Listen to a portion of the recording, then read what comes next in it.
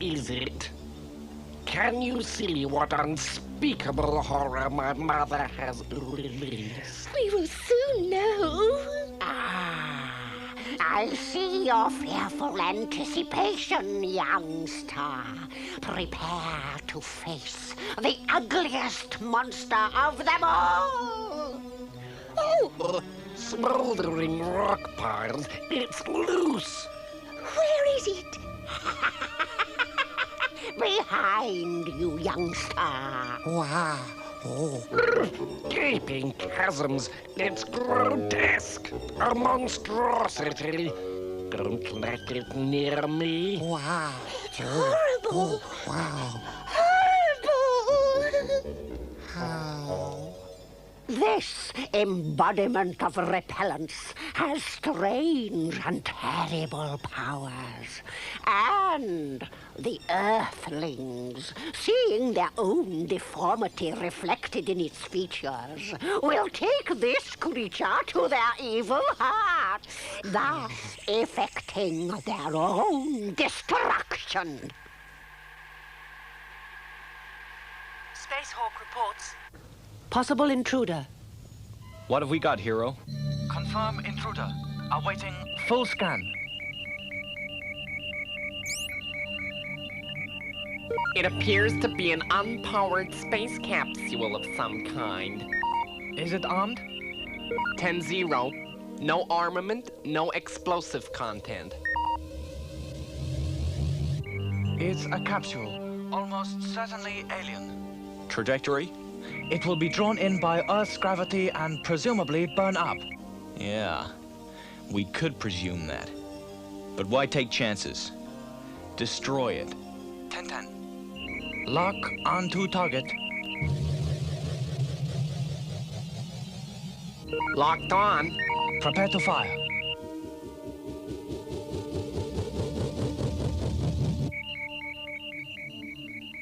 Fire! I said fire, Space Sergeant. I'm sorry, Lieutenant. I'm picking up a sound from inside the capsule. Let me hear it.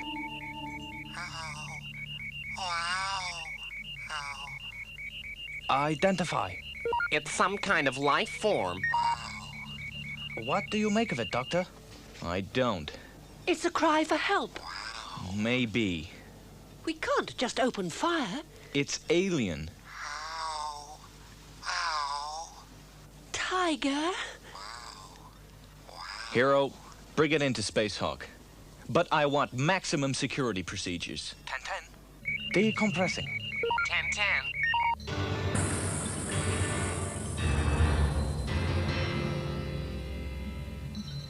Opening airlock.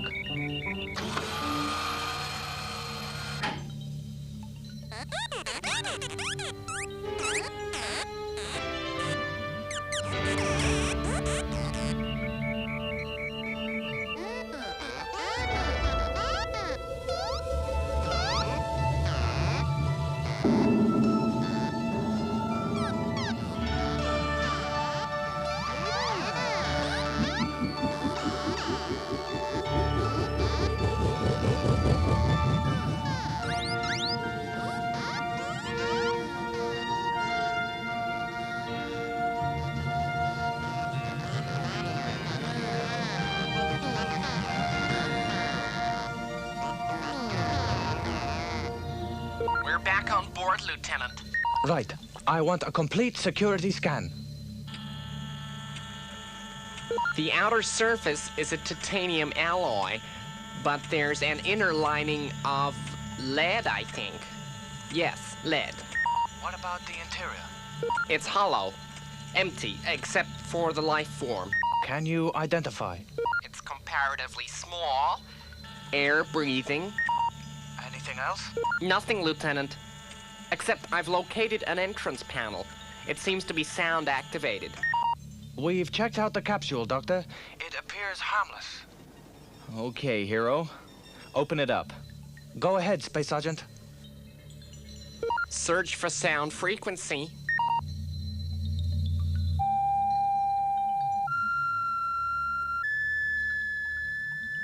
That's it. Oh, Wow, wow, wow. We seem to have acquired a space bear, and his name is Yuri. Wow, wow, wow, wow, wow, wow, wow. Wow.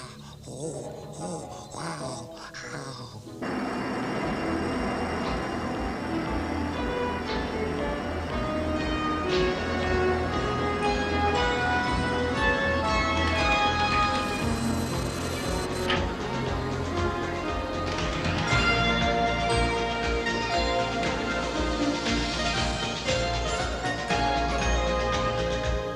As far as I can make out, it's an Orsino Galactica. He's just so appealing, so cuddly. Wow, wow, wow, wow. What's the matter, Yuri? Maybe he's hungry. No. He ate about 2 kilos of fruit about 10 minutes ago. Wow,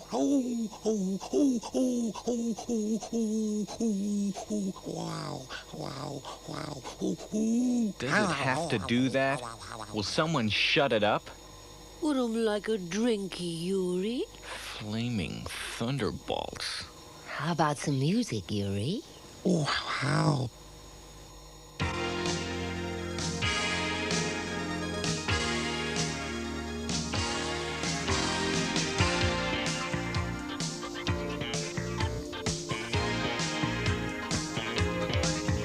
I look into your eyes, and my heart begins to race.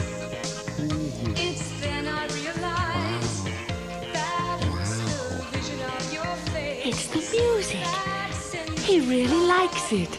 Yuri's got great taste.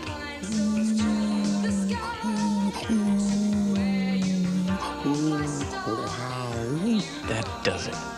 I've been in touch with the Zoological Institute. They'll take it off our hands. Get it out of here tonight. Use Hudson.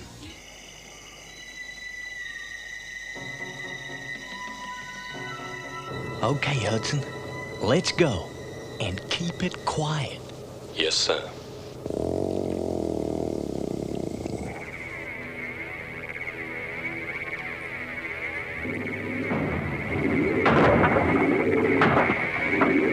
What's wrong?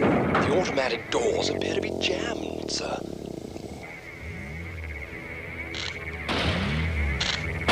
What in space fire are you doing, Hudson? I seem to... That's rather painful.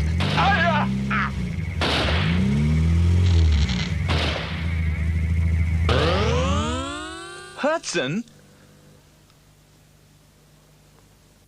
What happened? Well, poor old Hudson's not as young as he used to be. I think he's had a seizure, sir. All right. We'd better take... I told you to lock that door. Well, I did, sir. As I predicted, our grotesque accomplice begins his mischief. You doubted his powers, young star. I'm still not convinced.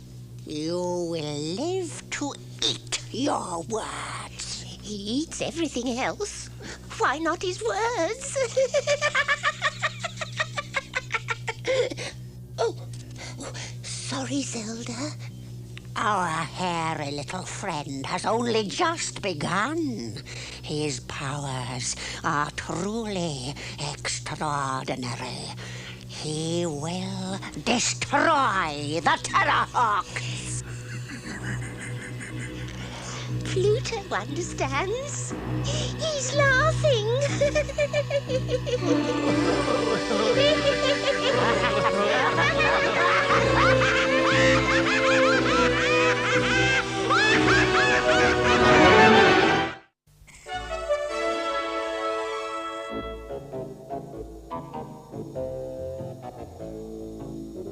Don't take your eyes off it, Zero.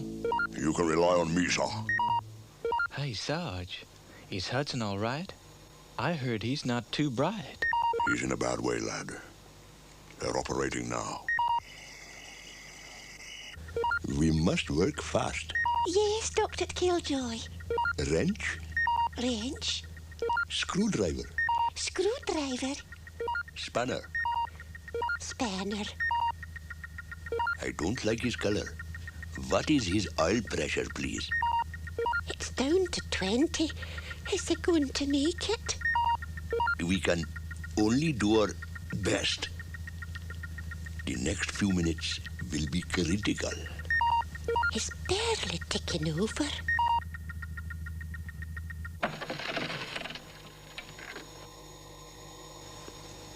There you are. We lift off in 10 minutes. What? We're scheduled to meet the supply train, remember?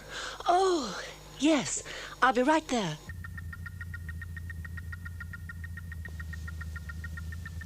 Well, we have done all we can. Color's a little better. Yes, but the oil pressure is still low. Hudson? Can you hear me, Hudson? Yes. I can hear you. How do you feel? I feel reasonably well. In fact, I feel rather good. To be perfectly honest, I feel marvelous. Take it easy. I haven't felt so good in years. Oh, dear me, the patient has made a full recovery. How? That little bare lost look does not wash with me, laddie. I can see right through you.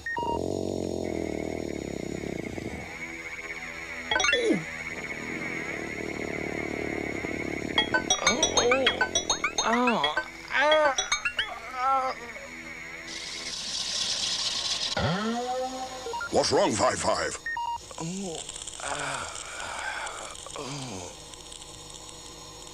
What have you done to him? Wow. Don't try anything. I've got my eye on you. Ooh. What's going on? I can't see.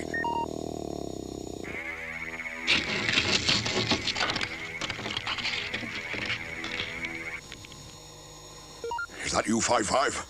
Pull yourself together, lad. I need your help.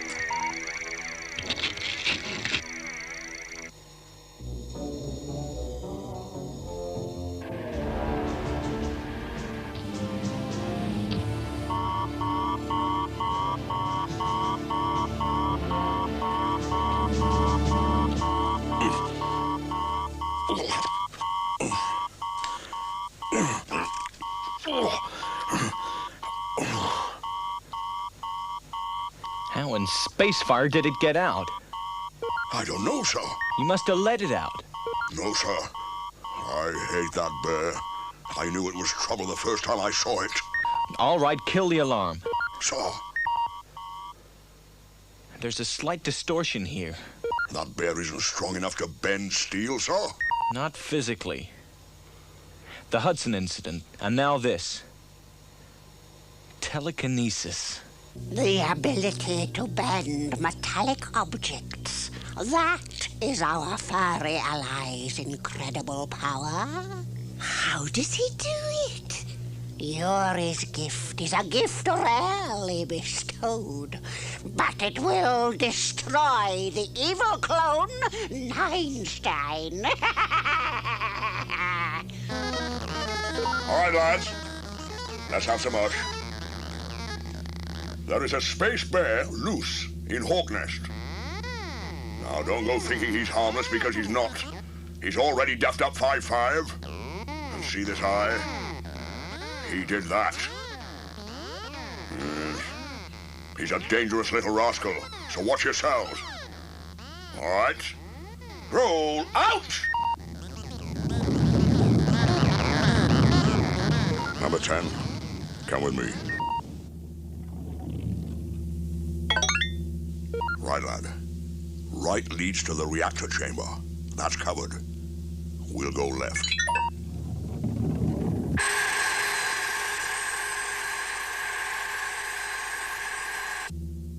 Wow.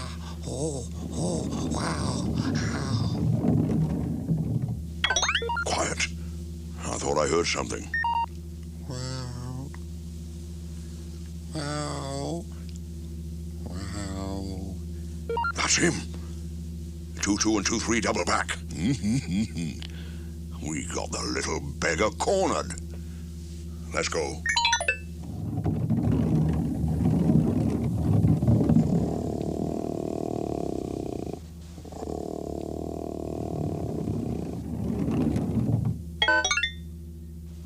Dr. Einstein. What is it, Zero? Panic over, sir. We've got the little devil. 10-10, Zero. We can still make the rendezvous. Right, Tiger. Preparing for liftoff. Cover me, lads. Listen to me, you little furry fella. There is no escape. So why don't you come quietly?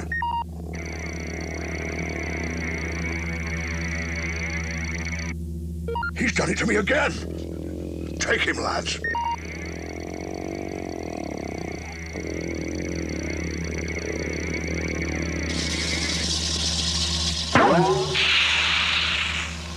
Ready for liftoff. Let's go.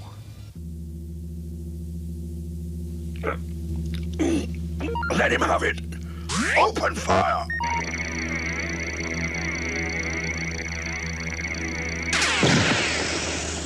Galloping pit ponies. He very nearly shot his own sergeant major.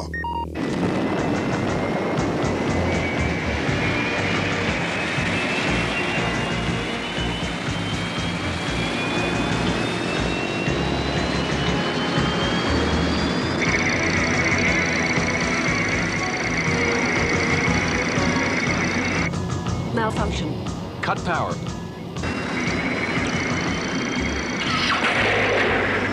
The controls are jammed. We're locked on thrust.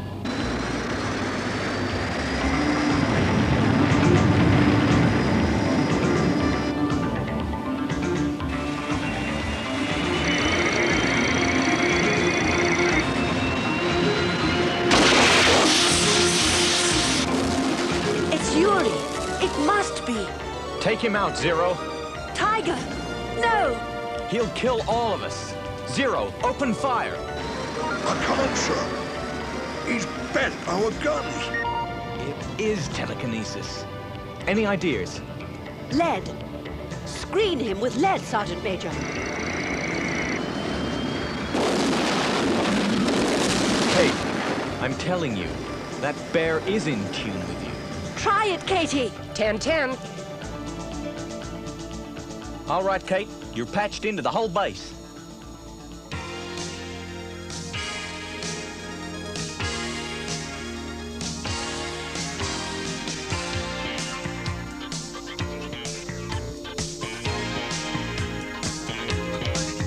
I look into your eyes, and my heart begins to race. It's then I realize that it's the vision of your face. This thing must weigh 20 tons. Put your backs into it, lads.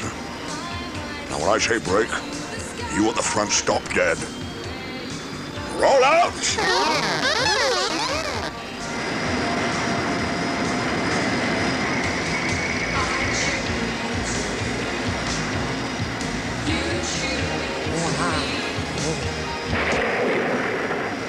Controls freed.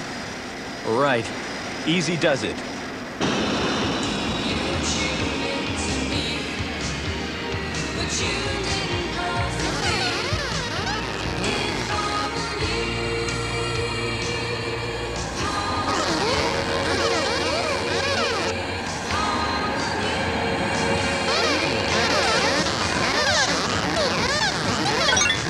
Break!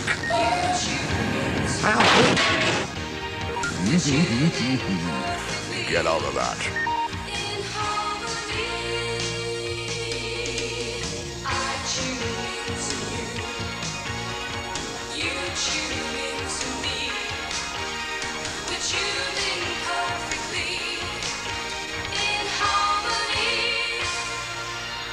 I tune into you, huh? Well, you certainly were in tune with that bear. Talking of Yuri, what do we do with him? I have a theory. If we were to send him to Mars...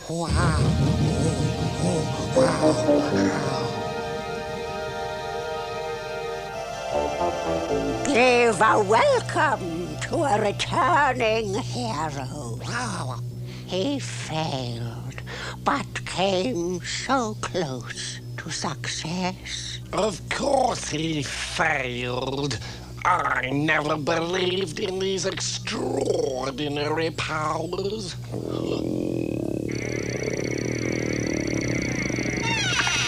Ow!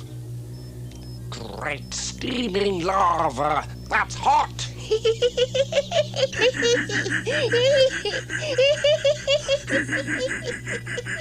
Wow, wow, wow, wow. Wow, wow, wow.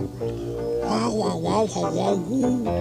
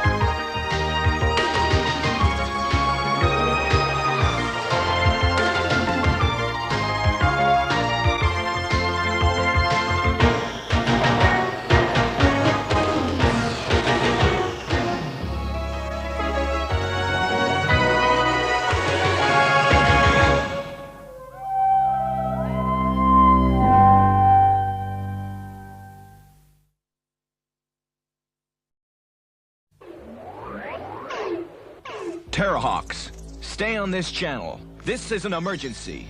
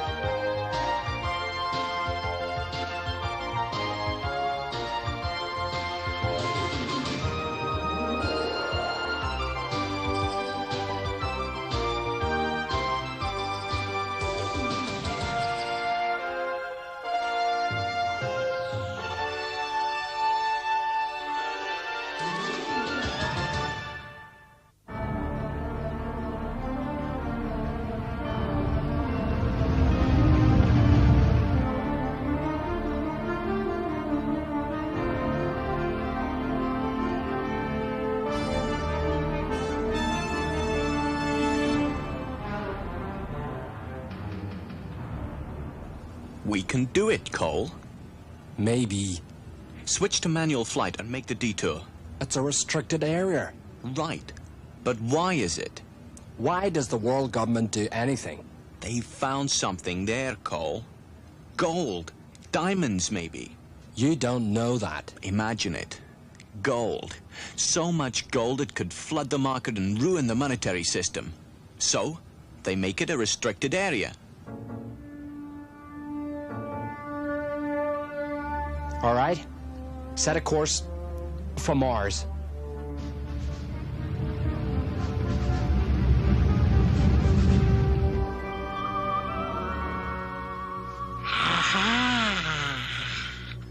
What is it, Mother? What can you see? A ship approaches. Small. 2 Earthlings lurk in the interior. Is it armed? No, it's a space transporter. What is the cargo? Oh, some kind of mineral ore. What difference does it make? Launch the Zeef.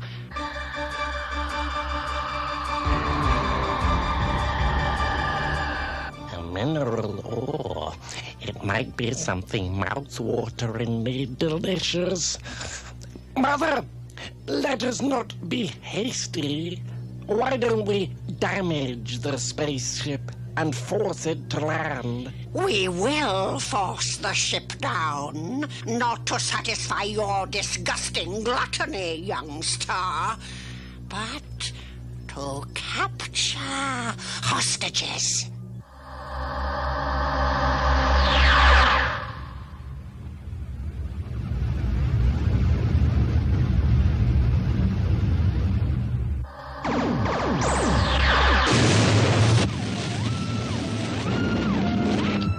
Cole, what in Spacefire's happened? We've been attacked. Hit. The main controls are blown to pieces. What? We'll have to crash land on the surface.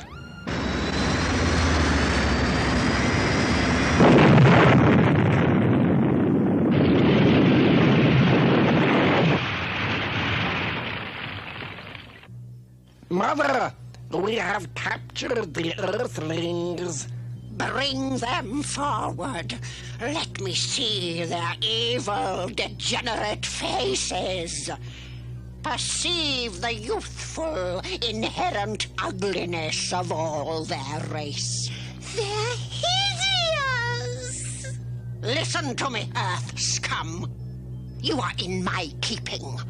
Any attempt to escape will have chilling results. You mean the cryogenic store, don't you, Mother? Of course. Take them out of my sight. Tethered goats to catch a tiger. Thanks for agreeing to meet at such short notice, Doctor.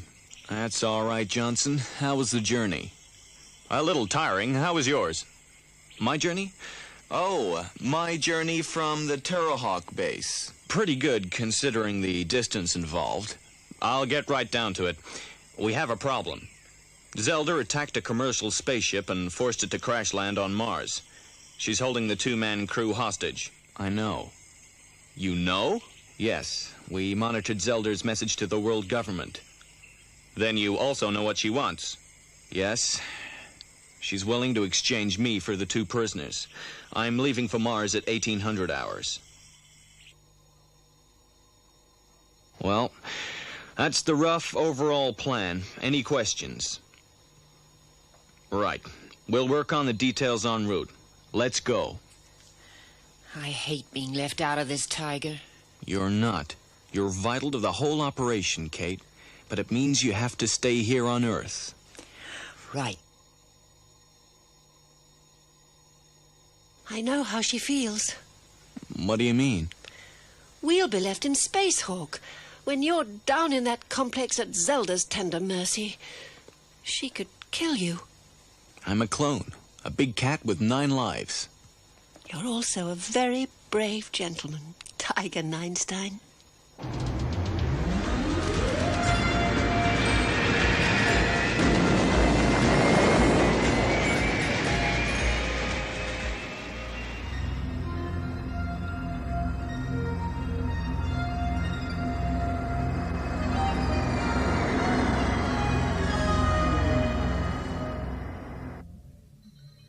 Doctor, Mary, Hawkeye, welcome aboard. Prepare to move out of orbit, hero. 10-10. Stand by, 101. Standing by.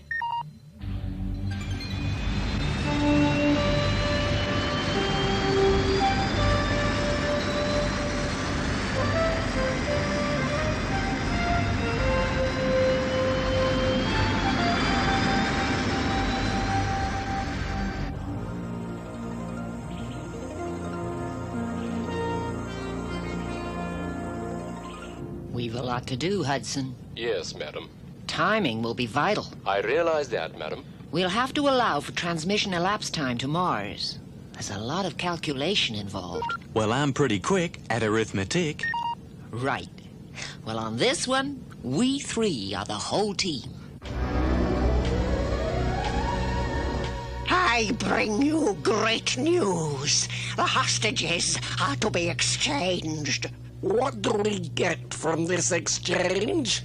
The greatest prize of all. The accursed Neinstein.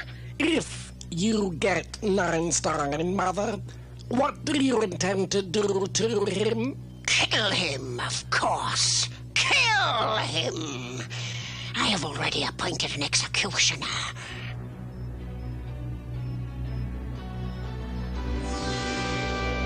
I promise to make the clone's death a lingering eternity of pain.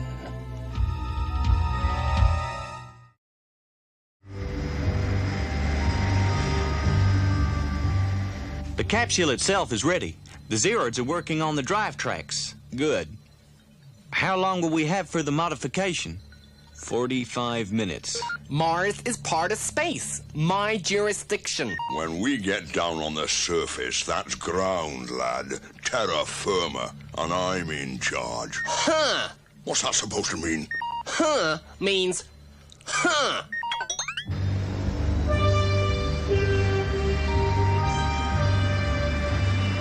Going into Martian orbit, 5-8 miles from surface. We will be directly over Zelda's complex in 18 minutes. Is the MEV ready to go down? It's ready. All right. We've got our battle plan. Remember, Spacehawks outgunned here by 5 to 1. Leave orbit the moment those 2 hostages are safely aboard. Right. Start countdown now. Countdown running. You'll need this. Thanks. Tiger, be careful down there. Sure.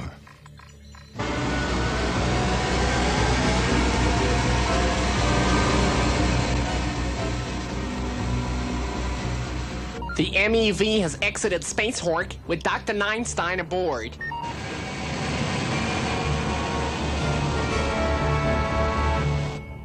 Neinstein is on his way. Is he alone, Zelda? There's a metallic sphere with him. And he brings a case. What's in it, Zelda? Only an Earthling's toy. The despicable clone is almost within my grasp. Tell young Star to bring the prisoners here.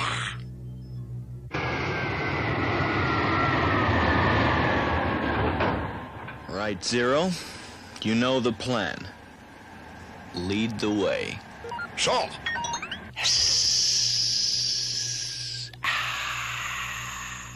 Someone's coming. It must be Neinstein. Leave me. But Zelda... Leave me, I say. You too, young Star. Allow me to savor this moment of triumph alone.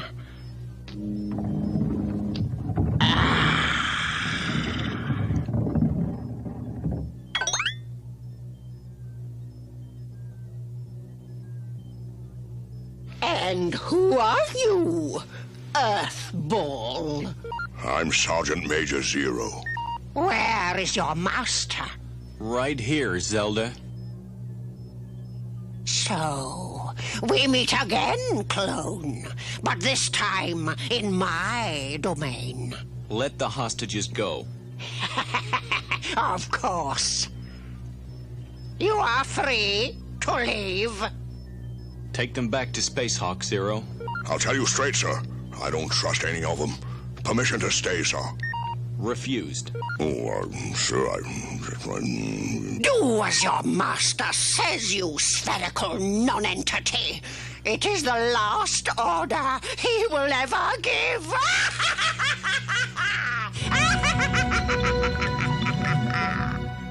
The MEV is returning to Spacehawk, Lieutenant, and the hostages are aboard.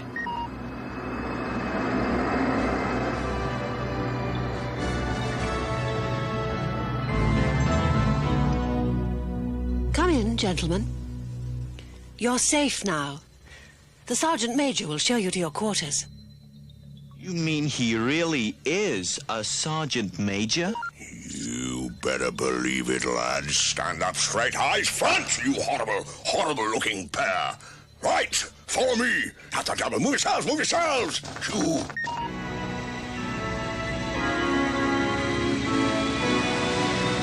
Leaving Martian orbit. 10-10, 101.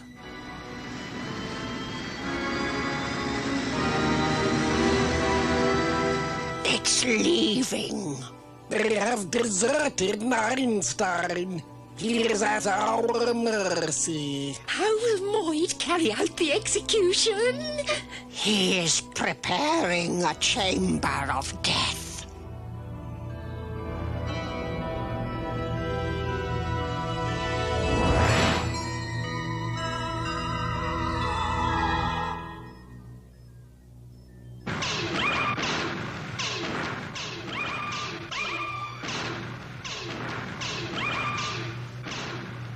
He's playing a game. You expecting me to beg for mercy, Zelda? No, clone. We are expecting you to die. That's what our manager said. Kate Kestrel wants to sing her latest composition live. A network transmission. Oh, you're great. I mean, you know, we've been trying to get her to go on the network for months, man, you know? I mean, she's crazy. When she finally agrees, we get an hour's notice. I mean, fantastic, yeah? Don't gripe about it. Just set it up. Wow, weird, man.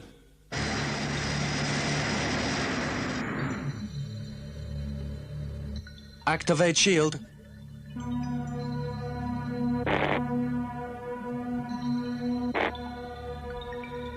Shield activated. We're electronically isolated from Mars. Go! Full thrust.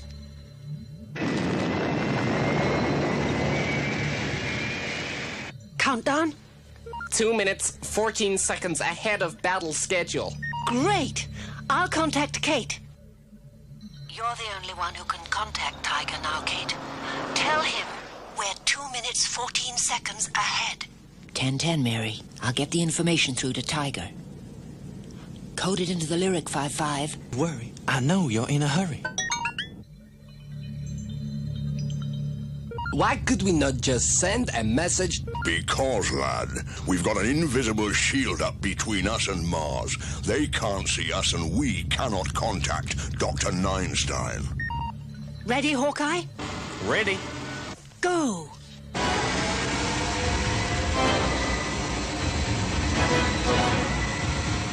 Ready, Sergeant Major? Ready, Mom. Go!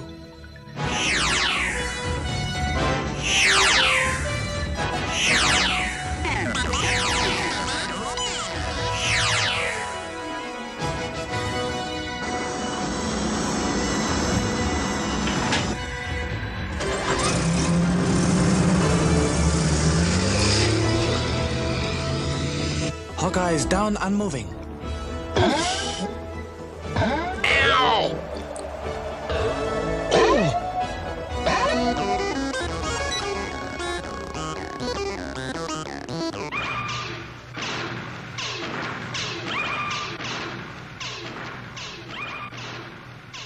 You are calm for someone who faces excruciating death. I wouldn't give you the satisfaction of showing fear. But you are afraid. You should be. The chamber is almost ready. How soon can we begin? To extract the greatest suffering needs careful preparation. Indeed. Rest assured, his screams will echo through this vault.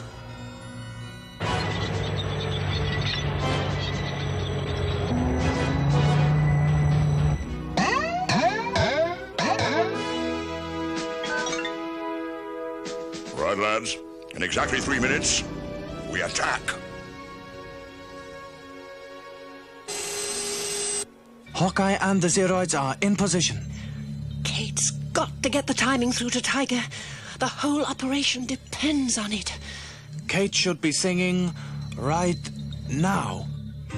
And now live from Anderborough Records, Miss Kate Kestrel!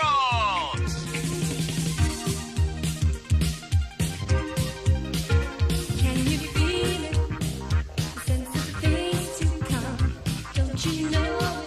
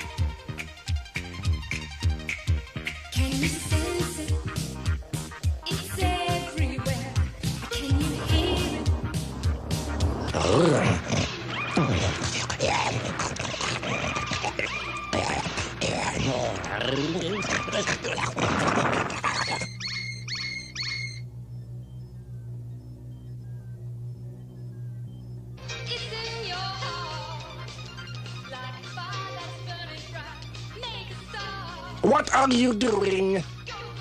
Just a little music to soothe the soul.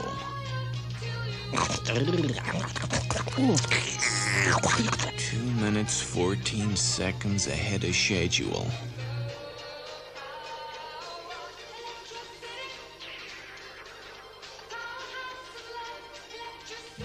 One minute.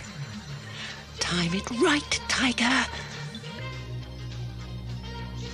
We are ready for you, Einstein. Show your fear now, clone. 5, 4, 3, 2. Move!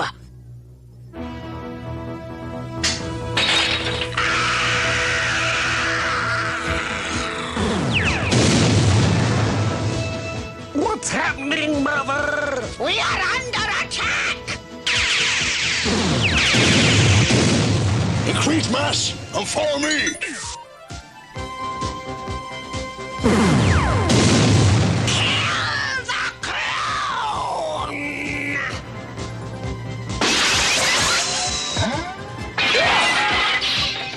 This is terrible! Dr. Einstein! Guards!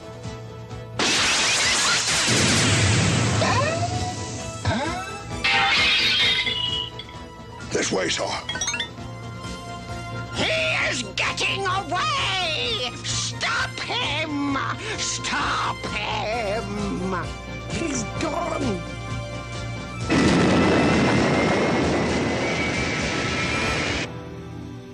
I curse the Terrahawks!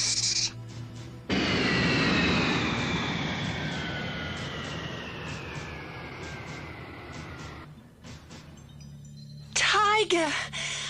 You made it! We all made it. You mean we all made it happen, sir? If you like, Zero. Some more than others, I'd say. Huh? Zut alors! Zut alors to you with knobs on. Sacre bleu! What do you mean, socks are blue? Sacre bleu! I will not be spoken to this way. Stand up straight and act like a soldier. I'm standing up straight. I cannot be spoken to all I the was time leading like you. attacks, boy, when you was just a load of ball bearings. I would never ball bearing, not like you was not, Mr. Sergeant Major. You. Reject from the Foreign Legion, you.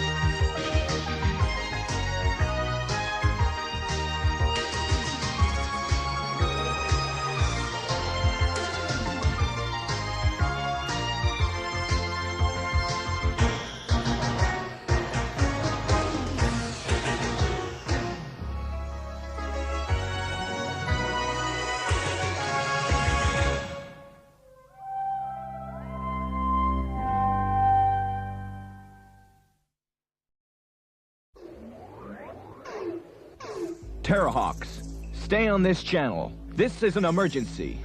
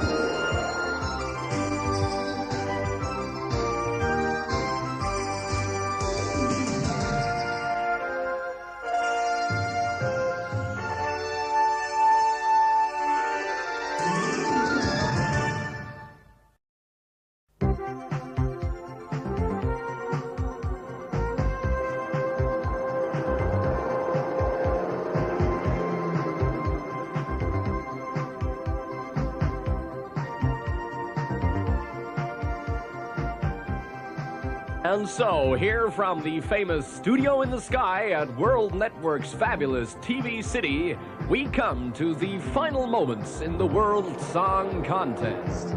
So let's hear it for our 4 fab finalists.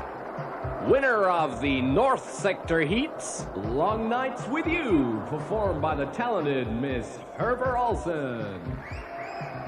For the South, Outback Blues, sung by the Aussie answer to the energy gap, Rod Stallwart. Let's hear it for Rod. And representing the East, Katrina by that terrific trio, K, G, and B.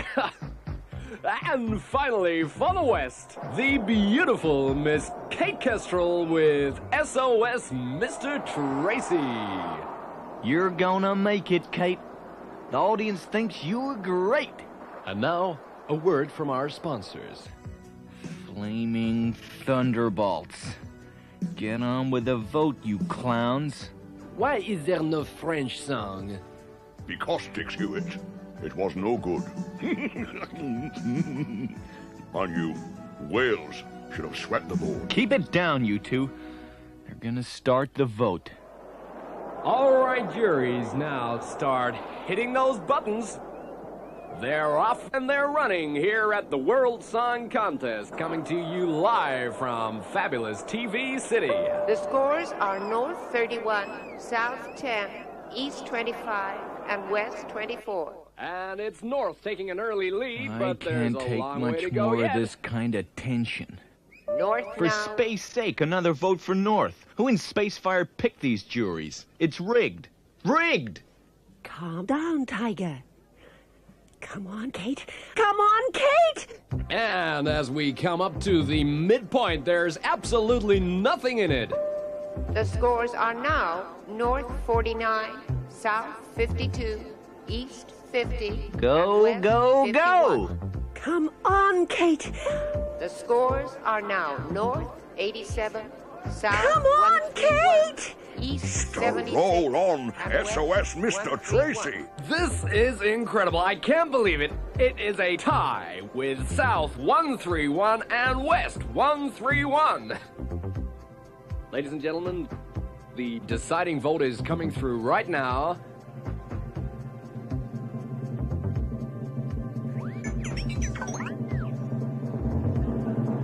And there it is. The World Song Contest has a winner. Miss Kate Kestrel and SOS Mr. Tracy.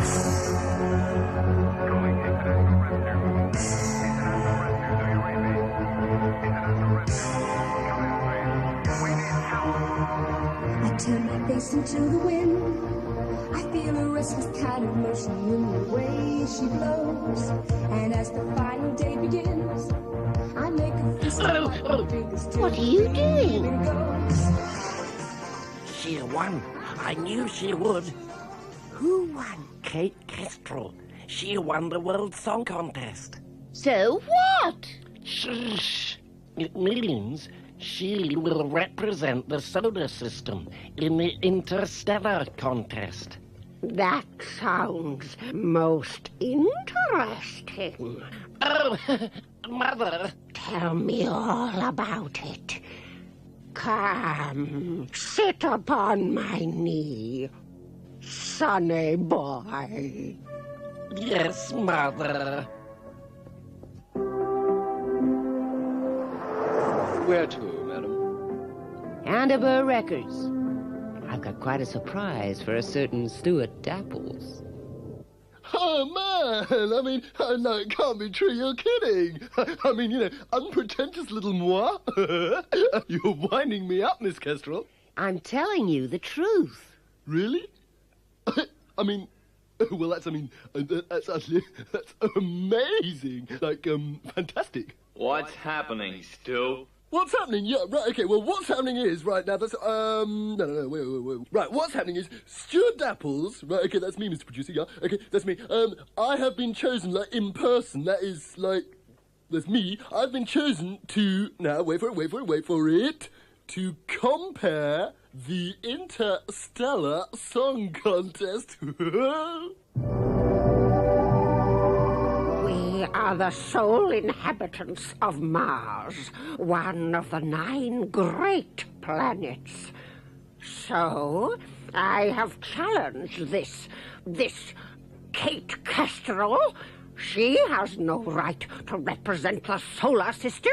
She only won the World Song Contest. Challenged her, Mother? Yes, indeed. Her song against ours. But we don't have a song. Come forward, my lord Wolfgang. Maid, master of infinite disguise, has assumed the role of the great musician Wolfgang Amadeus Mozart. Play the tune you have composed.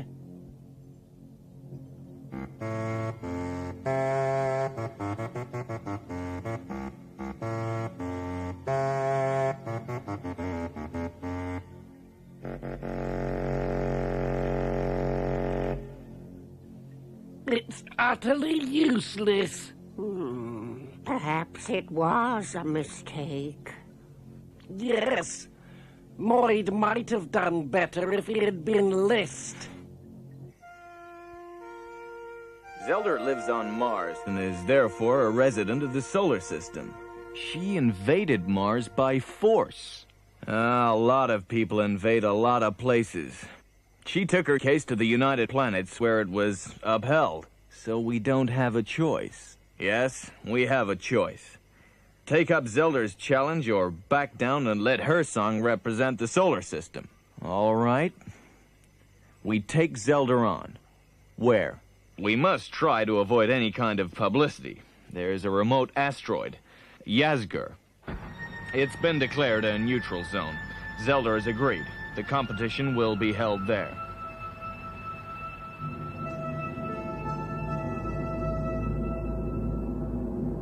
Leaving Earth orbit, setting course for Yasgar. 10-10, Space Sergeant. Where's that so-called compare? Stu Dapples? He's with Kate in the recreation area. What's our cover story? He thinks he's aboard a military starship. And that's the way we'll play it. Is the escort assembled? They are already spaceborne, Mother. Then prepare for liftoff.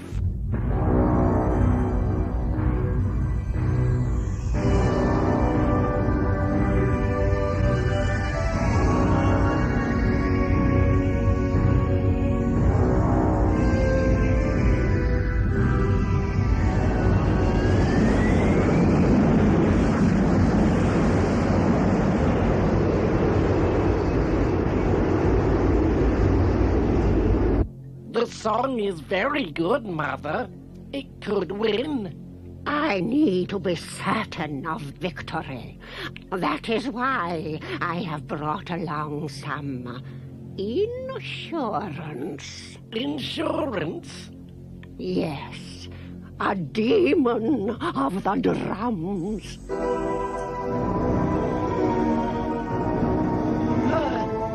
Sram, a drummer? Par excellence. He has been known to bring the house down.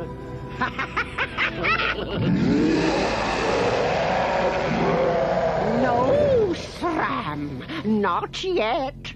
Save your thunder for the accursed Terrahawks.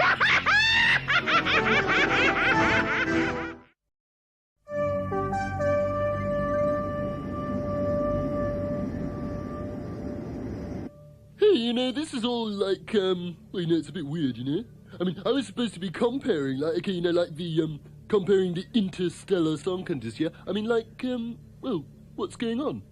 Welcome to the starship Centauris. I'm Captain Burke. Oh, yeah, well, nice to meet you, Captain. Where does this, where does the contest take place, then? There's an abandoned mining complex on Yasgar. Oh, yeah, right, a mining complex, like, a hole in the ground, you mean?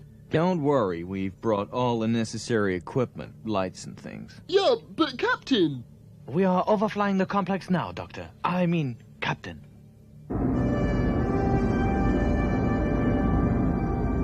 It looks like Zelda's already arrived.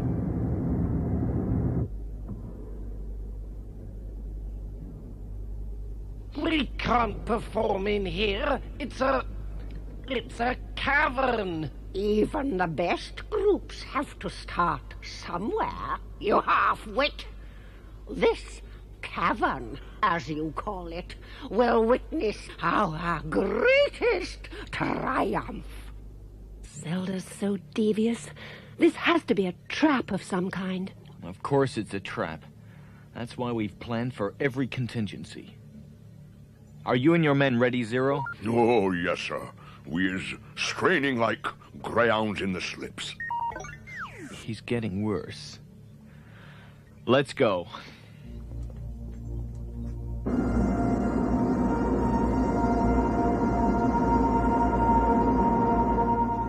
All right, Zero. When you've set up all the equipment, you know what to do. So.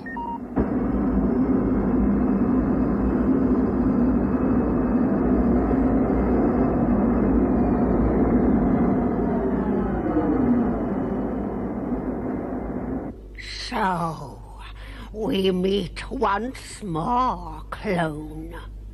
I wish I could say it was a pleasure. Are you ready, android? I am ready, but where is your despicable songstress? She'll be here. Go and do your worst. The stage is ready. My worst! I will! I certainly will! Stand by. Stage lights. Running. Oh, yeah. Are we running? I mean, okay, hello. 1, 2, 1, 2, 1, 2. Okay, is there anyone out there? We are ready, Earth scum! Earth scum? Oh, yeah, that's really charming. I mean, come on. I mean, imagine if we'd been going out live, man, you know? Get on with it, you cretin! Get on with it. Yeah, okay, right, okay, going. Yeah, right, starting.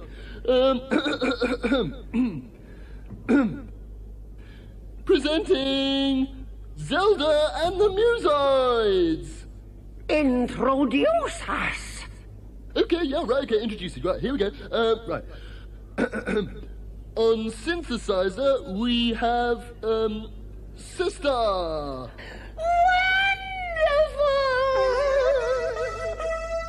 Okay, wonderful, yeah. And on bass, we have Youngster! That's me. That's me. Okay, yeah, incredible. I mean, like, over the top, you know, OTT. Okay, right, and on drums, we have Sram, Lord of Felony. Flaming thunderbolts. And finally, the group's lead singer, Zelda. Vocal backing by the Musoids. Oh, right, yeah, okay. Right, and Zelda and the Musoids. You were right, Mary. Zelda's full of tricks. We'll be ready, Tiger. 1, 2, 1, 2, 3, 4. Greetings, Earthlings. I am Zelda, ruler of the universe.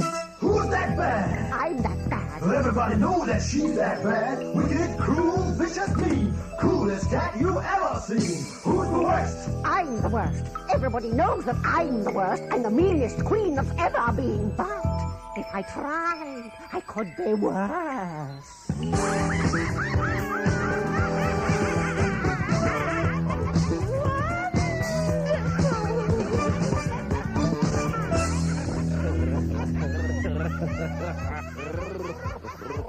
Be quiet, you drooling half-wit.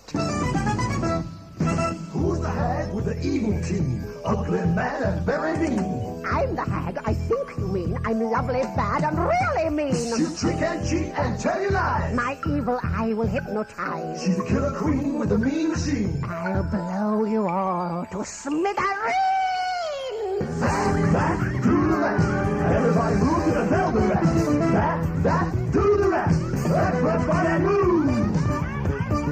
Back to the rest. Everybody move to the Zelda rest. Back to the rest. Everybody move.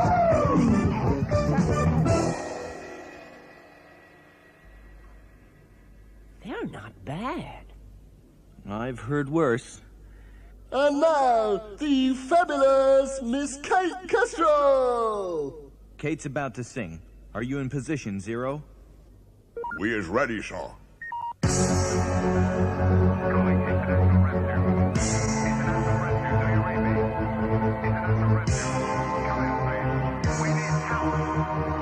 turn my face into the wind. I feel a restless kind of motion in the way she blows.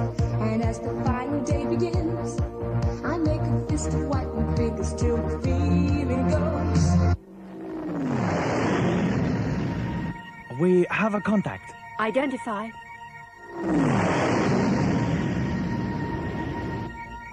Intruders are alien. 2 Zeus. What is Zelda up to? Mr. Tracy, the western world is falling. SOS, International Rescue, hear us calling. SOS, I turn my face up to the It's no contest, Zelda.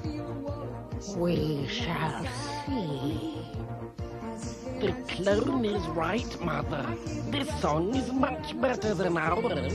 Then we will have to do something about it.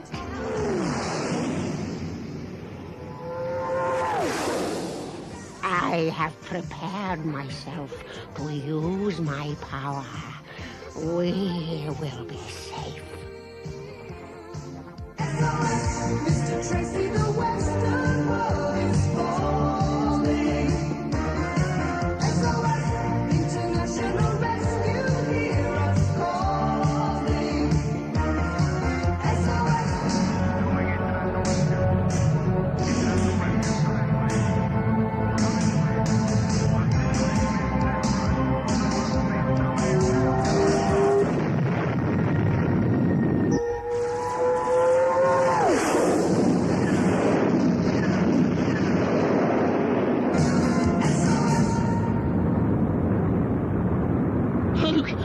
Hey, what was that, Captain Burke? We'll take care of it. Locked onto targets. Fire.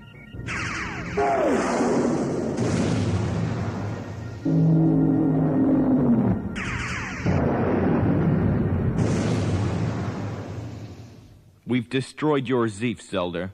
You've lost. The song contest and the fight. Not yet, clone. Play it, Sram!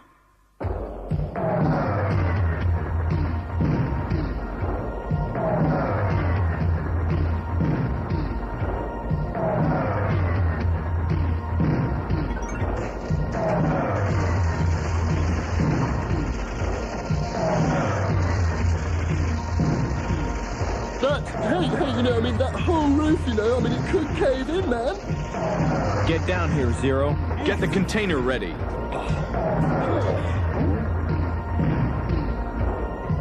right, lads. Attach yourselves. Move it. As we have it. I suggest you get inside the container, Mark. Right, Zero. Let's get out of here. Okay, right. Yeah, yes.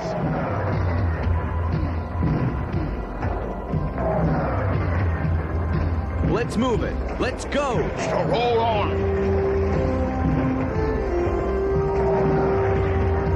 The Terrahawks are getting away. What has happened to Sram? Play it again, Sram!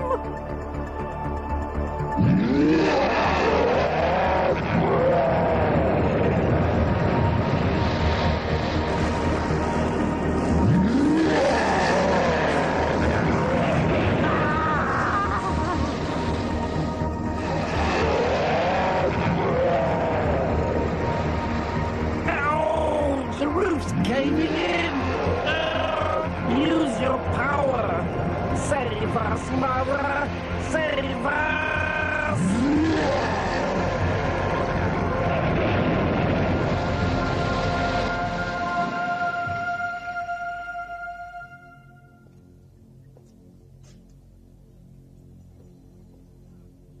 Don't touch. How is it, youngster? Busted. It's broken. Finished. Youngster could lose his nose, Zelda. Serves him right.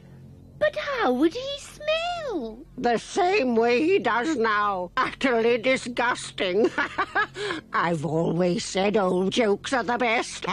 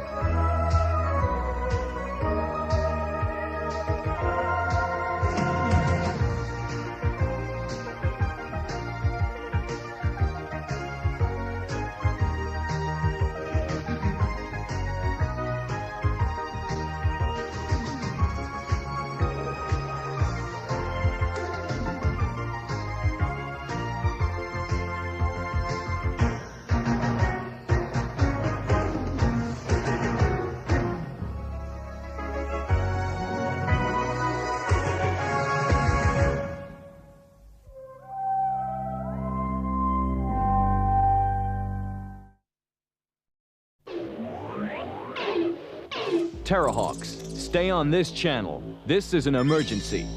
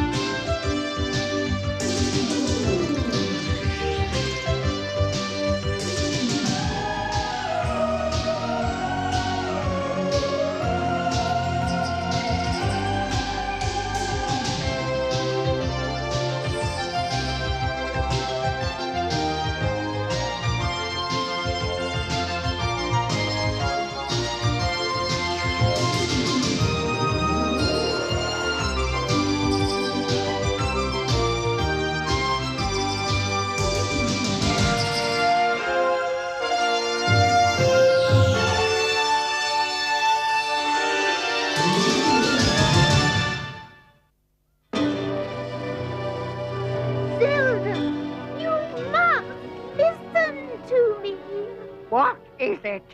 My news! Very well. Tell us if you must. Well, I am going to have a baby! What did you say?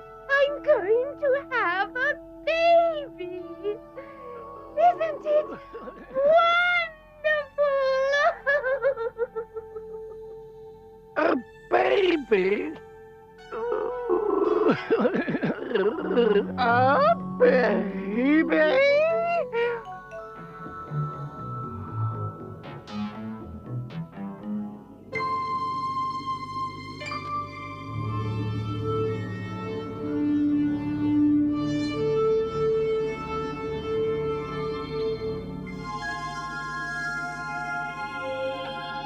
The sun, great giver of life and ruler of the solar system. It is not surprising many civilizations, including we Japanese, recognize its majesty. Can you confirm your forecast, Hero? I will know in about 30 minutes, Doctor. Right. We'll start testing the space tank. 10-10.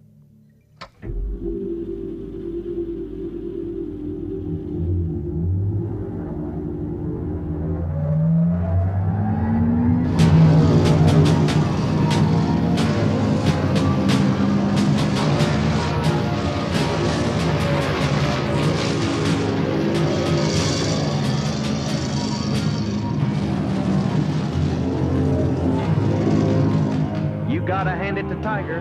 The controls are pretty much the same as the Overlander. Right, except we have a lot more power here. 12 forward gears, 8 reverse. Independent drive and all wheel? Quite a beast. How you doing, Zero? We is fine, Mom. What are those goggles for, Dix Hewitt? To protect the hives, Patron, from the wind. There is no wind because there is no air on the moon, you nit. No air? Not unless you count that dead mouse on your top lip.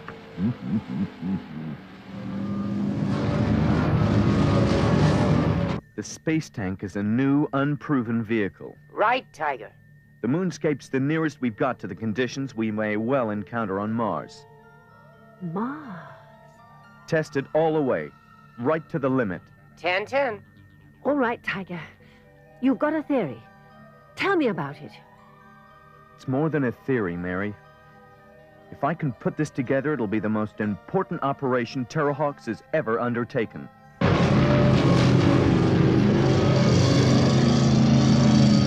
Power gear 1. Let's give it the gun.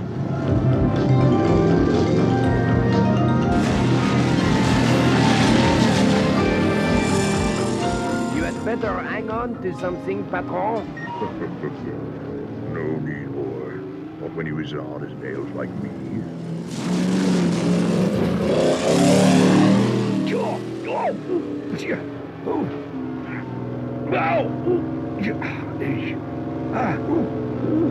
Power gear 8.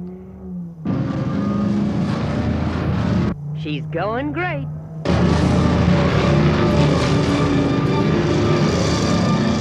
No hair, but plenty of dust. I know it.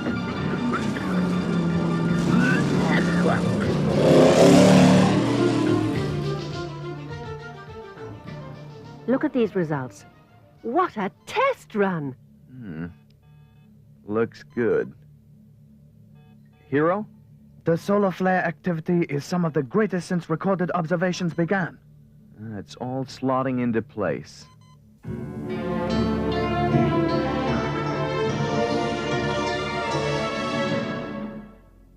Are you comfortable, my pretty one? Yes, thank you, Zelda. Oh, this is fun. Fun? I don't think it's fun. What will it be?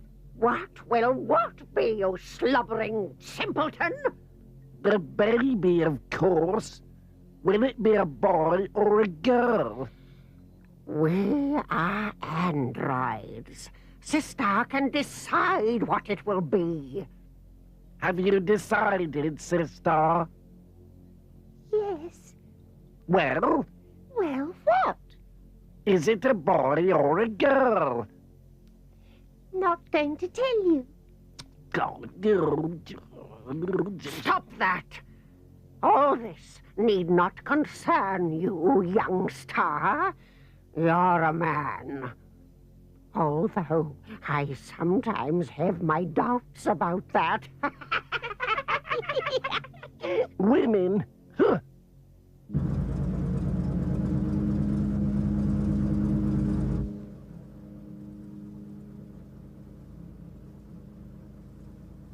We're set. Fire at will.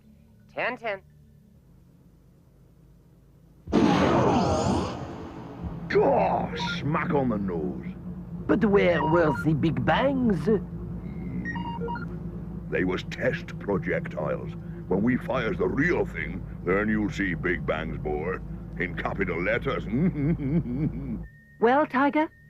Well, the situation seems almost too good to be true. I need a little time to think.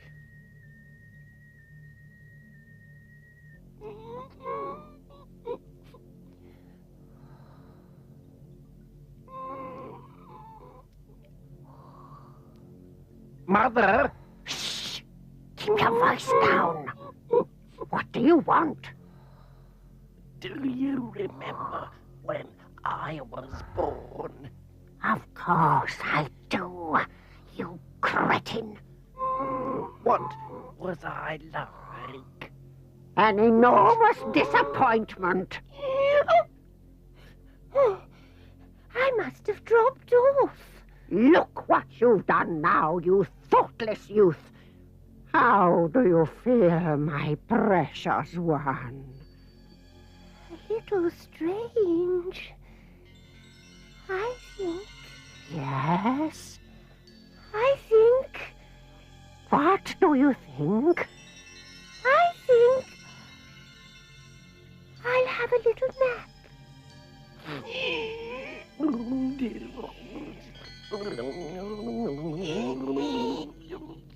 Don't take my heart while it still beats for you.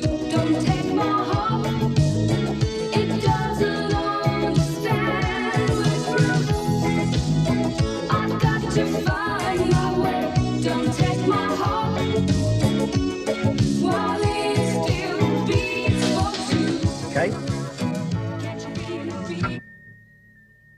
At ease.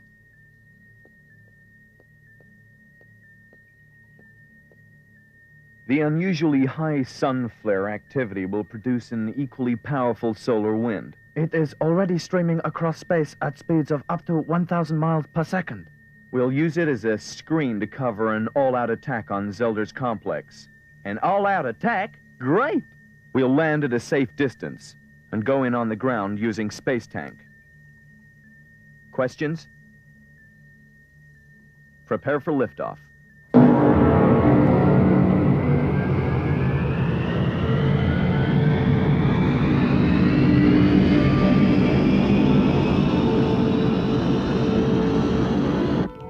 Set course for Mars. Zelda, where are you? What is it? I think... What? Yes, it moved. It's time. Time? Oh, time. It's time. Don't sit there, youngster. You oaf. It's time. Help me with sister. Boil some water. Fetch the towels. Don't panic. Don't panic. What's happening, Mother? Happening? Sister is going to have the baby.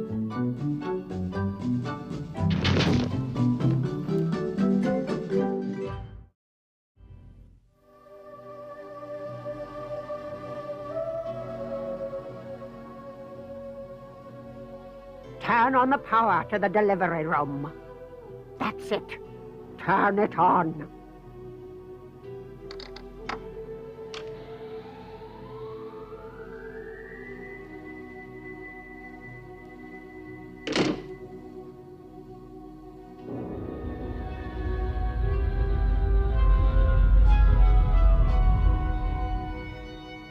ETA Martian orbit, 58 minutes. Under normal conditions, Zelda's instrumentation would have picked us up by now. Yes, the space wind's acting as a perfect cover.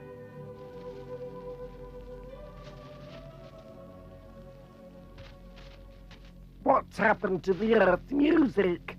The ferret is useless. Something is interfering with the waves. I wonder what's going on in there.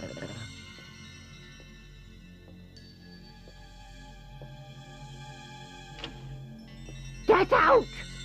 And where's that boiling water, you indolent idiot?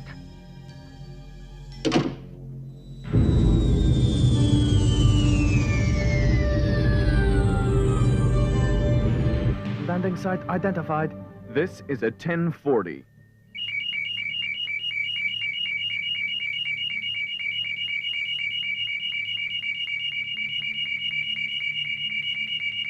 Hero, take us down.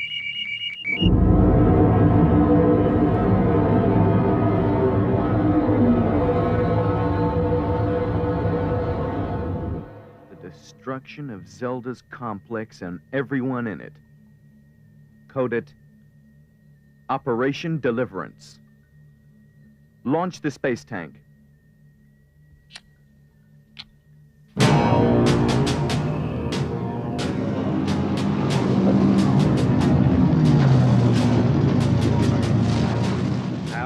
5. Let's drive.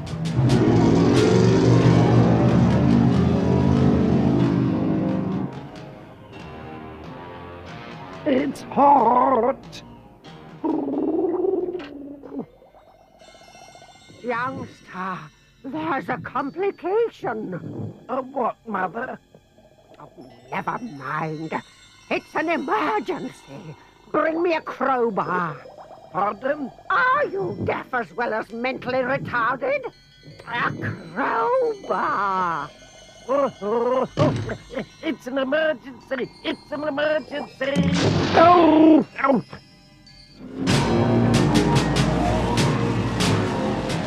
This is it, Dixie. There'll be gongs for all of us. Gongs? What is this gongs? Meadows, you hairy twit. The world president will pin him on us himself. 18 miles from Zelda's complex. Must detect us soon.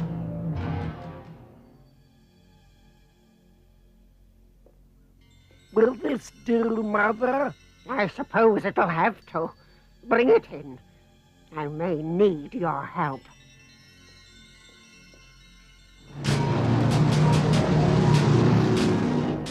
Seven miles from target. It appears we are still undetected. Kate, stop the space tank. Sram? Stop space tank. 10-10.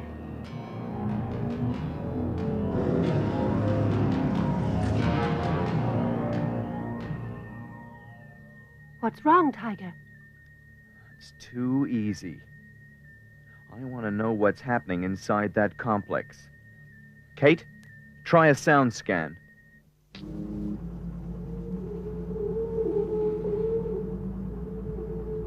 We're picking up something. Patch it through. Oh, golly, golly, golly. It's nearly here. I think the baby's coming. Oh, the baby's almost here. The baby's almost here. Oh, goody, goody, goody. Baby? Baby? Baby. Prepare to open fire. 10-10.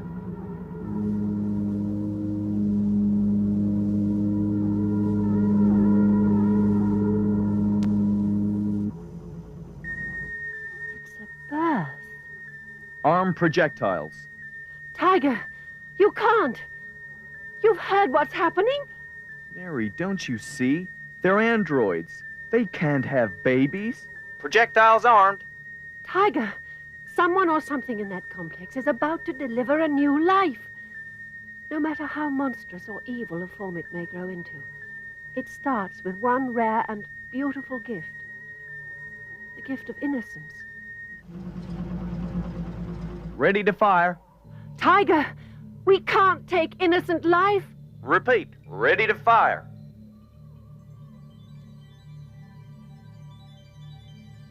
Hold fire. I can't stand it any longer. Do something, Zelda. All right, my precious one. I'll do it now.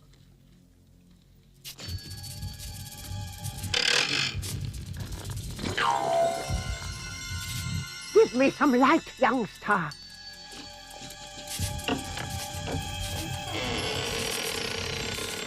Hold the light steady, you moron.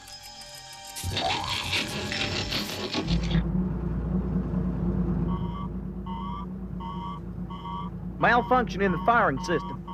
Check it out. Quickly! Quickly! I'm almost there.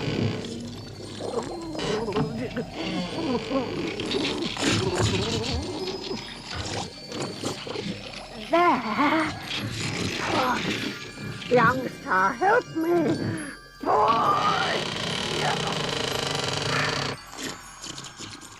There it is. The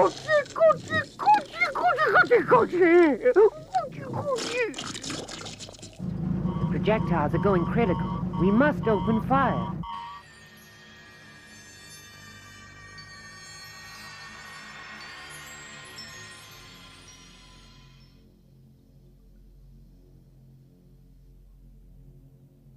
What is it? Is it a boy or a girl? It's a... Goibel.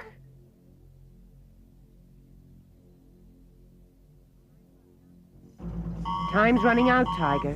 We must fire in the next 20 seconds. Innocent life, Tiger. Open fire, but aim 30 degrees left.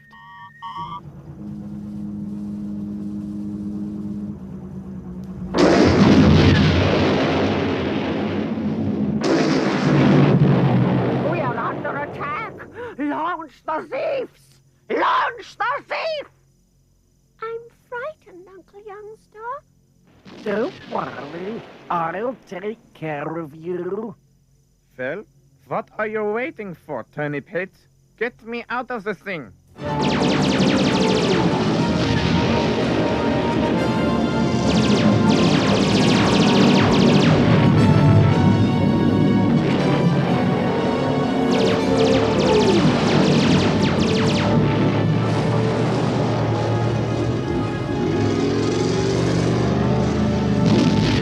Get us out of here, hero. Full power.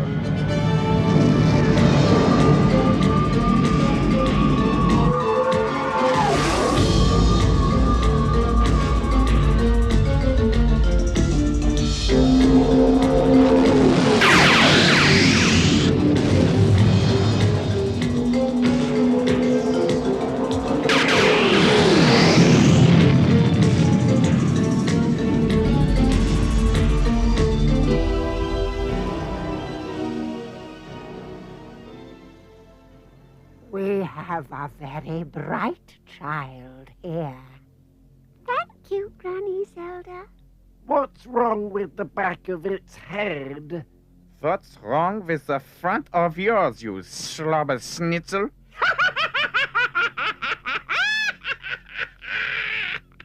It's like that because we brought him out too soon. But we had to, or else he would have been late for his birthday. Is this fellow for real, mind grandmother? I'm afraid so. We must decide on a name for this child. But it's got a boy's voice and a girl's voice. Sister, you must choose. A name? It's... Yes? It's... Go on. It's... It's Star. I'm made of sugar and spice and all things nice.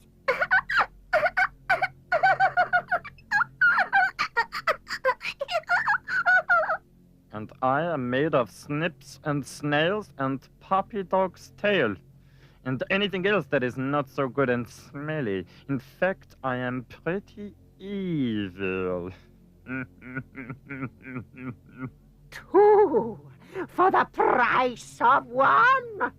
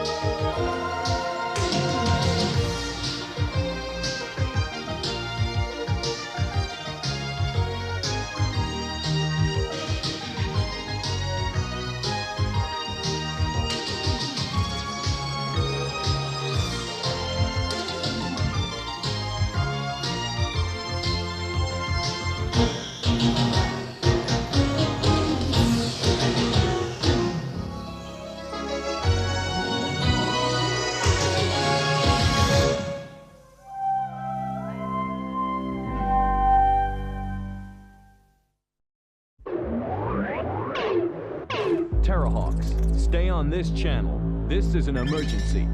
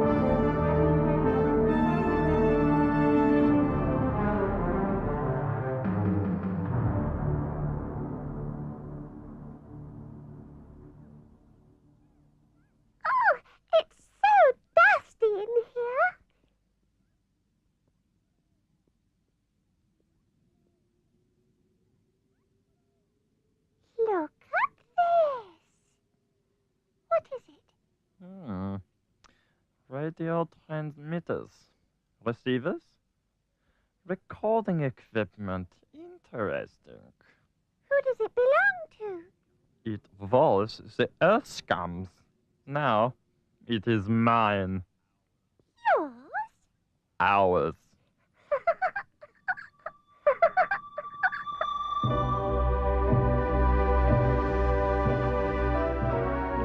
Yummy, yummy, yummy. Granite crunchies. Ooh, my favorite. The only way to start the day. You drooling half-wit! Get out of my sight! Ooh, ooh. What have I done wrong now? Youngster, it's late. Get to bed. But I just got up. Bedtime, I say. Yes, Mother. Bedtime. Sit down, you cretin! Good morning, Moid. Moid? Where? Come forward, my lord Sram. No, no, not Sram. Where is he? Over here, mine uncle. I don't understand. Listen. You drooling half-wit! Get out of my sight! Oh, no. It's a recording. I still don't understand. I will try to explain. Don't. It would be like trying to pour the universe into a pint pot. Zelda has approved your scheme, my baby. Thank you, mine grandmother. What scheme? A pirate radio station to capture the ears of the Earth scum. Indeed. And for such a pirate venture, we require a brave buccaneer. Enter my swashbuckling space mariner. Ha ha ha! Who's this? Ha ha! Ahoy there, you swabs! Call me Captain Goat.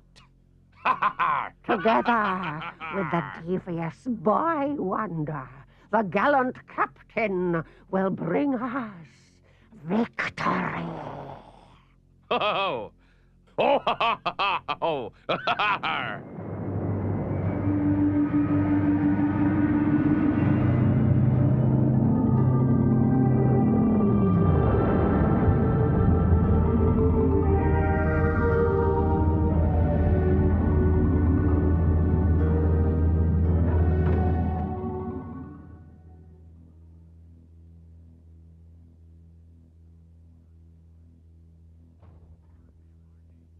Step aboard, me hearties. We'll soon have her ship-shape and Bristol fashion. She has a fine spread of sail, I see. What's he talking about? Avast there, you scurvy swabs! Step lively now. Splice the main brace. This fellow may not, as they say, have all his marbles.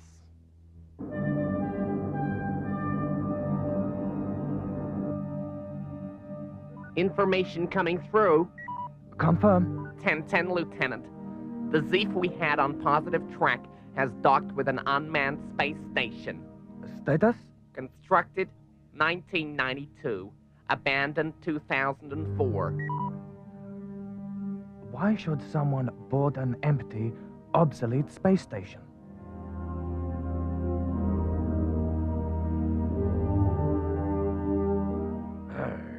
No sign of the enemy, Jim lad. They will be here soon enough, Herr Captain. Ha ha! I'll take the first watch. Now remember, a disc jockey must be a cheerful fellow, with lots of pep. Pep? Yeah, pep. Talk fast. Snap, snap, snap. I'll remember. Good. Transmitting now. This is station JR1. That's Johnny Roger 1. And I am your resident host. Meet Pep. Snap, snap, snap. My name is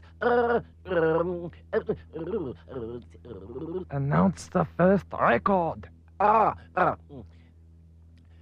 For my very first record, here's Kate Kestrel.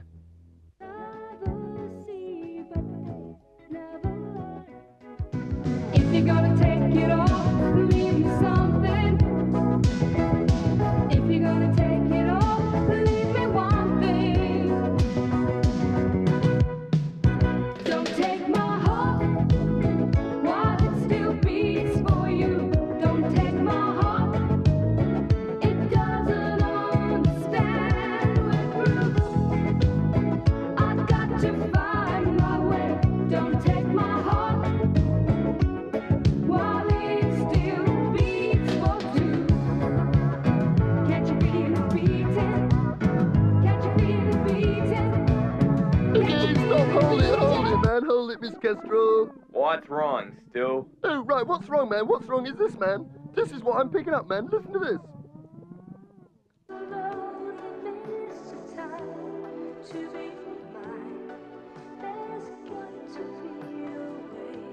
That's a different song, Stu.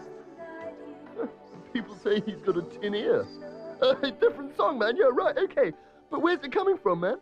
And now, a word from our sponsor.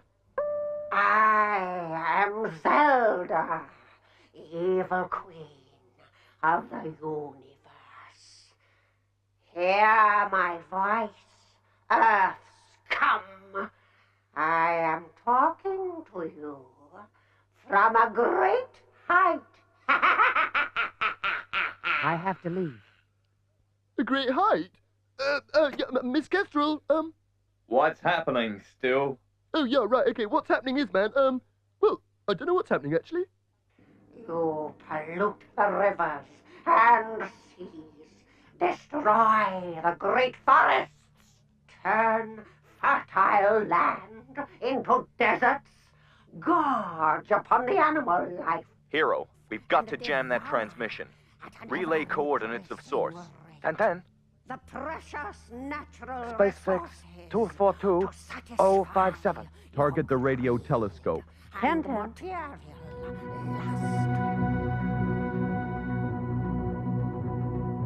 RT in position. Hit it. That was our sponsor. She's my mommy. What's that noise? We are being jammed. It had to happen, of course. You knew about it. Using applied psychology, it was entirely predictable. Ooh. What happens now? We will be attacked. What's that you say? Attacked? Oh, ha ha ha! Break out the cannon! Clear the foredeck! All in good time, Herr Captain. If you say so, Jim lad. Why do you insist on calling me this Jim lad? Arr! All cabin boys do answer to the name of Jim. 'Tis tradition. But I like the cut of your jib, Jim lad. Incredible. It seems we have only one properly functioning brain between the three of us. Whose is that? Mine, ours, of course. Of course.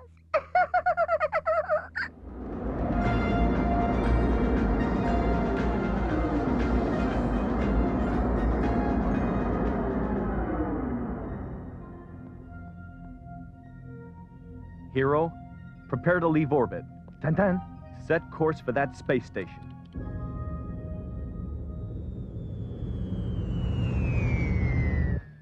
We're gonna blow it and whoever's aboard to space fire and damnation.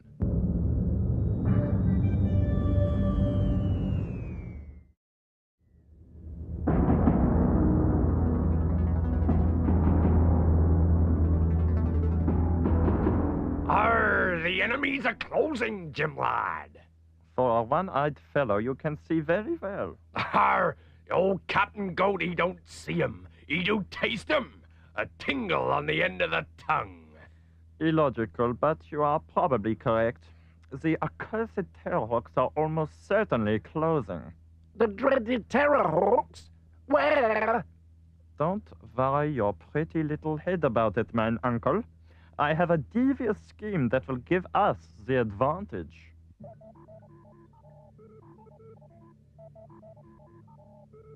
I'm picking up a signal. Faint. Boost. This is JR1. This is JR1. We hear you, JR1. Ah, I would like you Terrahawks to listen to something. Who is this? My identity doesn't matter. We are listening. Good. Help! These horrible men have captured me and tied my hands together. Please, help me! Please! They've got a hostage. A young girl. It has to be some kind of a trick. I want to talk to her.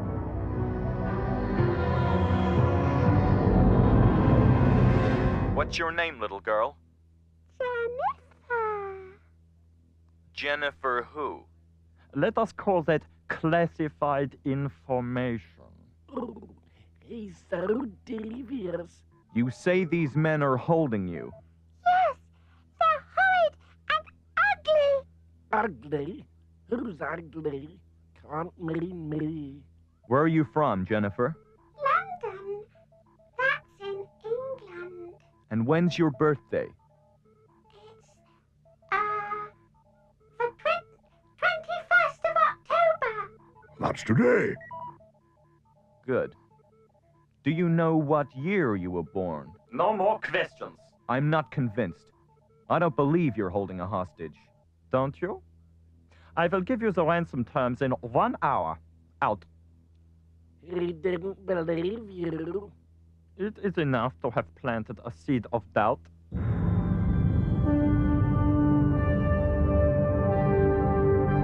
Ha-ha, Jim lad! Man of war on the port bow! How far? 10 leagues. My ploy has worked.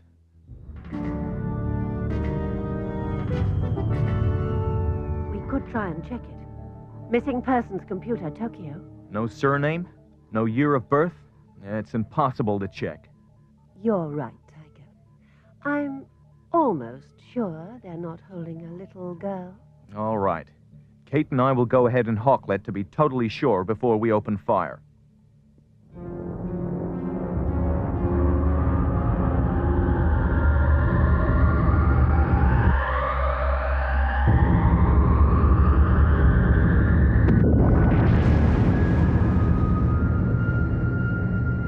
Set scan.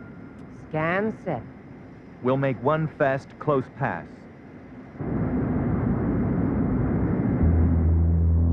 By thunder, there's a small frigate bearing down on us. It is time to reveal our true colors. Ha ha! That's fighting talk. Mount the cannons! Do as the captain says. Position the cubes. Oh, yes, indeed, yes. The cubes.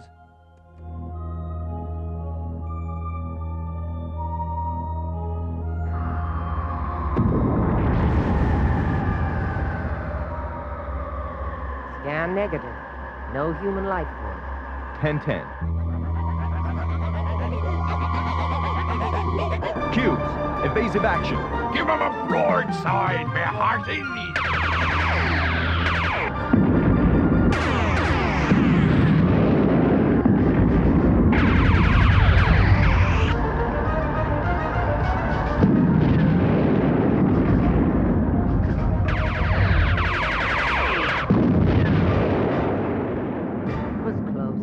Back to Spacehawk. Ha-ha! They've turned and run. After him, you scabs! Hoist the mainsail! I'll whistle us up a fair wind. A fair wind? Ah. There is no wind in space. You are right, mine uncle. But the thief will give us power.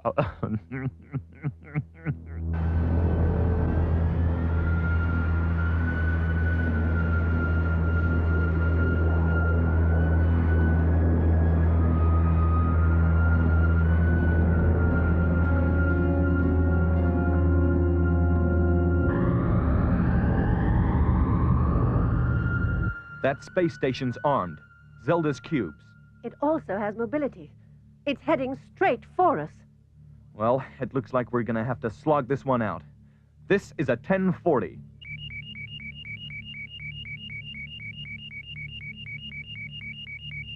Two space galleons, sailing ever closer into pitch battle. What did you say? You know what day it is, 101? Tuesday. You. It's October the 21st. Trafalgar Day. So what? The Battle of Trafalgar. Lord Horatio Nelson. Send a signal to all Zeroids. Zero expects every man to do his duty.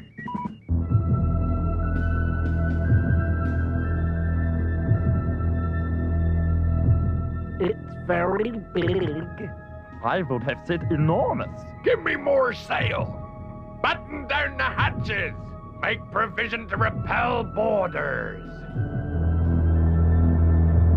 We'll get in the first salvo. Steady as she goes now. Steady. Hold your fire, lads! Wait till you see the whites of their eyes! Fire!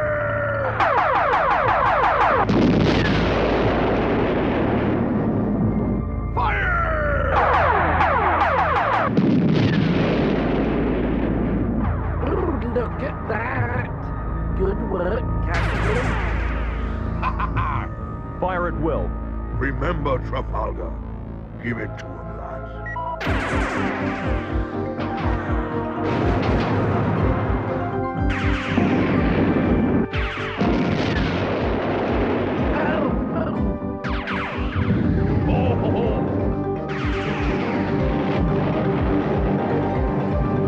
I thought we were winning. This is terrible.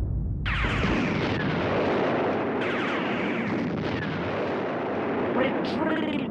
Get aloft, you flea-bitten swab. We need new sails. Oh, we must leave. Are you coming, It Star? No. I must stay with the gallant captain and face my destiny. Oh, I'm going. Well said. You're a brave one, Jim lad. It was nothing. Uncle Youngster, wait for me!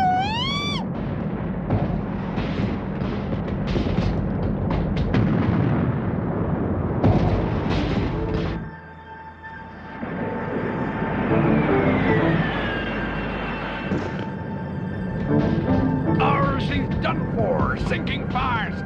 But they won't take old Cap Goat alive. Never.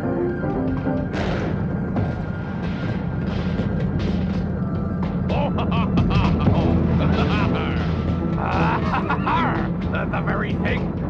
I'll walk the plank and laugh as I goes off the end.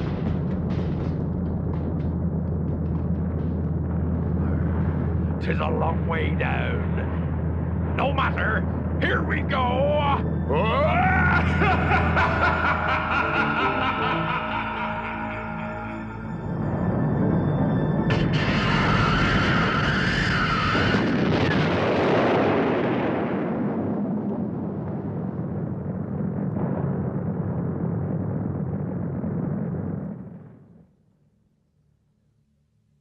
Stand down, hero. 10-10, Doctor. It was terrible, sister, and I didn't think much of that, Captain.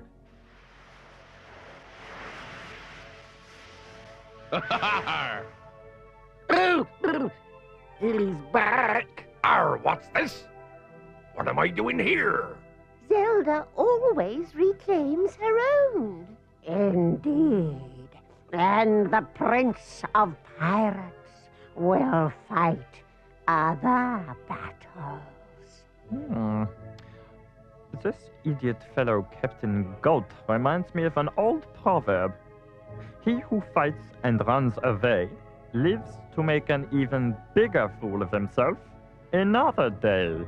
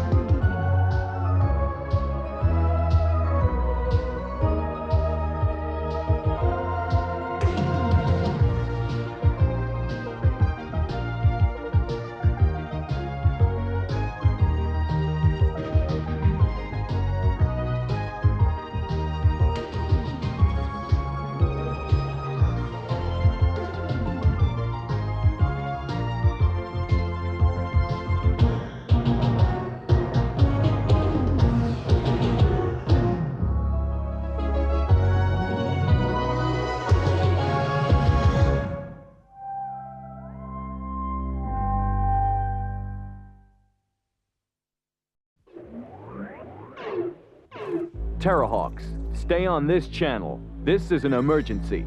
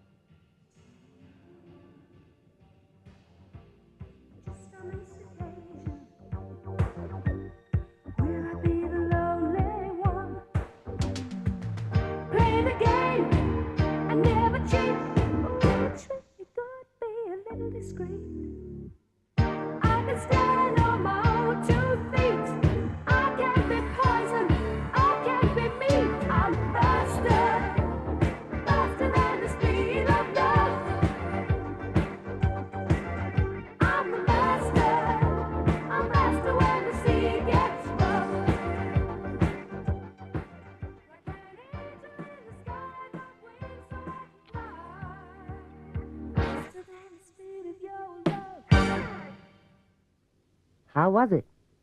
How was it? Yeah, well, it was, That's it for me. That wraps up the album. How was it for you, Stu? Oh, yeah, right. For me, it was, fantational, man. How's that? Oh, that's the, in word, you know, Mr. King? Like, fantastic, sensational, put them together, fantational. Yeah, but how was it for you, Stu? Oh, yeah, it was great, you know, just great. That's good. Well, it's been a long day. Good night, Stu. Oh, yeah, night, Miss Kestrel. Good night, Chick, and thanks. Good night, Kate.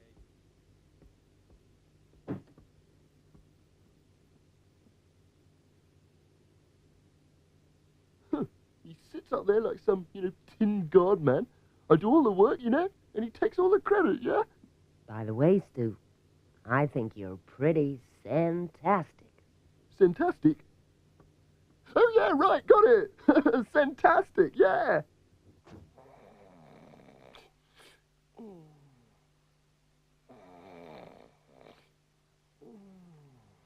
Hudson. Ah, madam, I must have closed my eyes for a moment or two. I do apologize. That's all right, Hudson. Home, madam? Where else?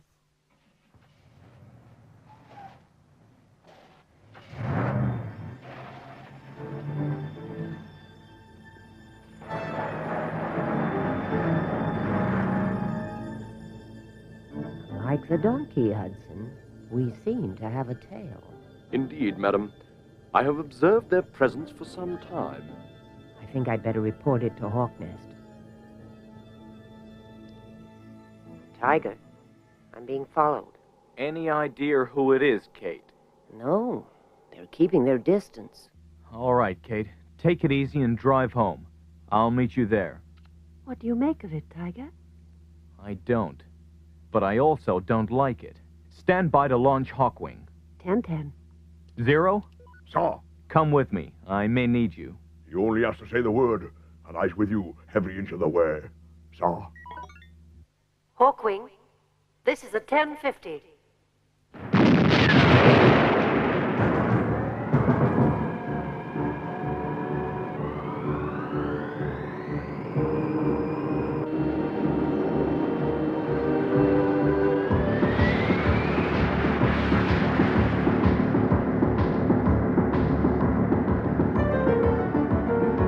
Separation in 10 seconds. Stand by. 10-10, Hawkeye. 5, 4, 3, 2, 1, 0.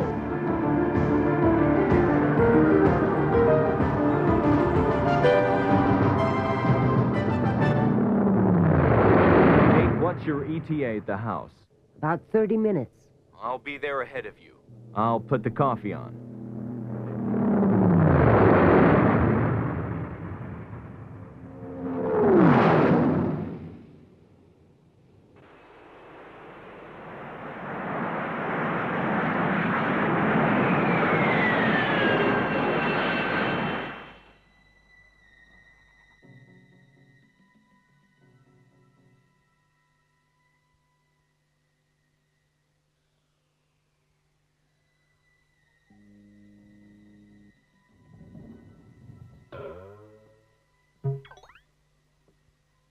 Shall I turn on the lights, sir?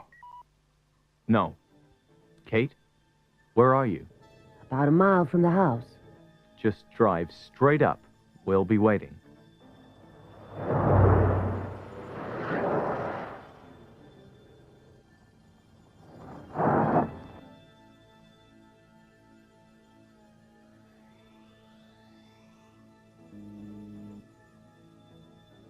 Tiger? Over here. Leave the lights off. What happened to your tail? They followed us all the way. They must have stopped at the foot of the rise.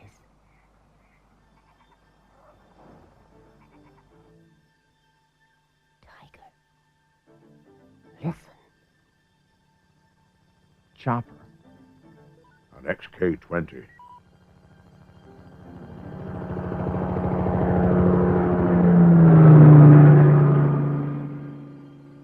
You were right, Zero.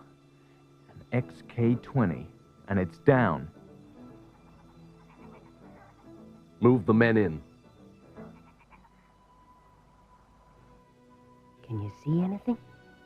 I thought I saw some movement to the right, but I can't be sure. Who are they, Tiger? I wish I knew.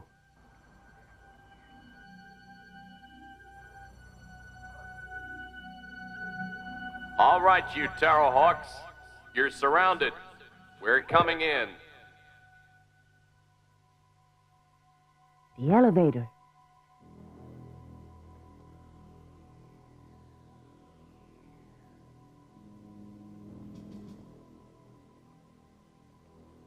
You won't need those pop guns. Put them down.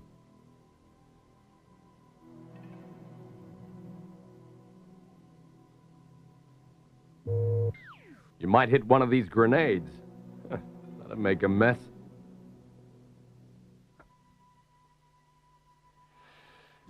So, this is the famous Hawk Nest. Who in space fire are you? You must be Einstein. I'm General Cord. Rip to my men and my friends. All right, General Rip Cord. By what authority do you come bursting in here? Some secret base. I told them, give me 24 hours, I'll find Hawk Nest. What in Sam Hill is this? Sir. Sergeant Major Zero, sir. Them grenades, sir. Is they real? Sure are, soldier. Yeah, you're not so bad. Thank you, sir. I asked for your authority. My authority is from the Secretary of Defense, backed by the world president. I want to speak to Johnson. The NASA representative, sure. We'll meet up there, on that excuse for a spaceship of yours. You're out of your mind. My orders are to assume command of the Terrahawk organization as of now. We meet on Spacehawk. And I'm relieved of my command? Well, let's say someone's been put in over your head on a, hopefully, temporary basis. How temporary? Who knows? A week's a long time in the power game. Yeah, and in the meantime, we're stuck with a trigger-happy, might-is-right, shoot-on-sight Tiger. Oh, nothing like a cold shower. Keeps a man in trim.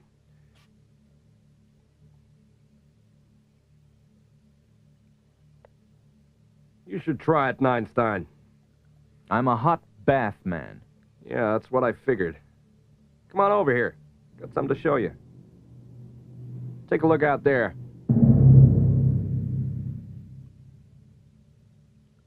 What is it? Big White One. Commissioned last month, the most powerful space carrier ever built.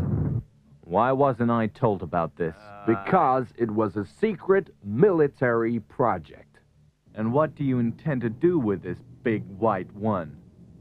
Eliminate the threat of Zelda.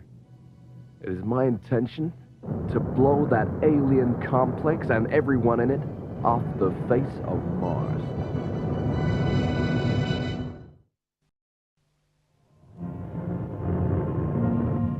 Stand by fore and aft engine rooms.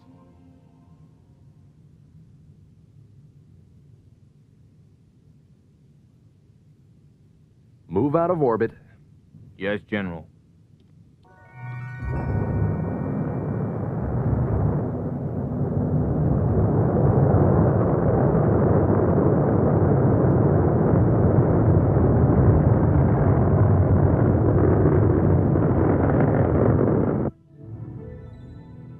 You there, Einstein?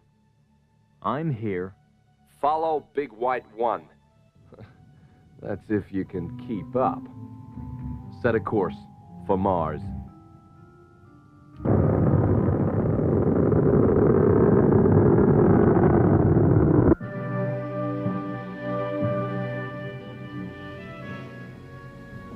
Yummy, yummy, yummy.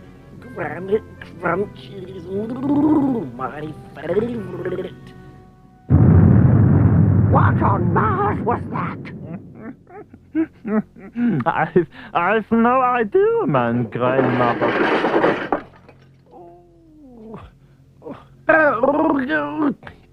Someone put explosive in my granite crunchies. It was you. I didn't do anything. Really, I didn't. No, not you. Well, yes, it was you, but the other you. Be quiet, you smouldering simpleton. And get out of those hot clothes before you get a temperature. Yes, Mother. Now, to get back to things of more import. What do you see in your amazing crystal? 2 of Earthscum's spaceships approach. The Terrahawks? One most certainly belongs to that accursed clan. The other, I'm not sure. But there is little doubt that they intend to attack. To arms! We must defend ourselves! Patch me through to Spacehawk. Now hear this. At 0430 hours, I intend to instigate a first-strike nuclear attack on the alien base on Mars. Nuclear? Madness! I'm gonna stop it.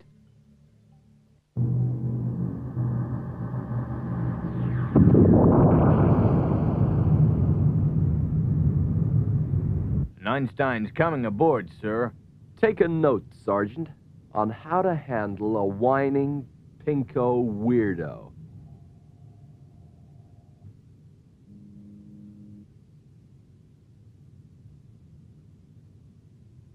Welcome aboard.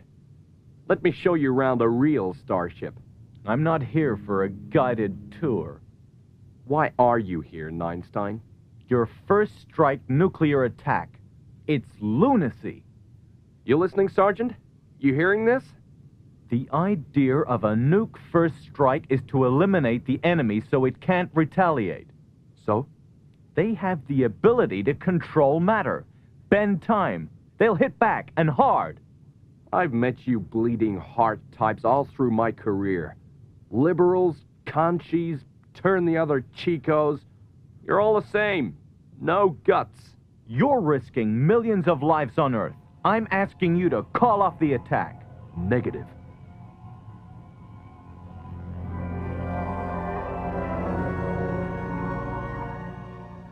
The crews who will fly the Zeus already, mein grandmother. Ah, yes, indeed. A formidable array. Mighty Sram, Lord of Felony. Lord Tempo, Master of Time, the delightfully devious furry Napoleon, and, youngster, stand up straight, you slovenly boy. The Earthscum are attempting to annihilate our base, but we will retaliate in full. Good fortune, my brave avengers. Yes, that's good. Steady, Sram. Save your thunder for the enemy.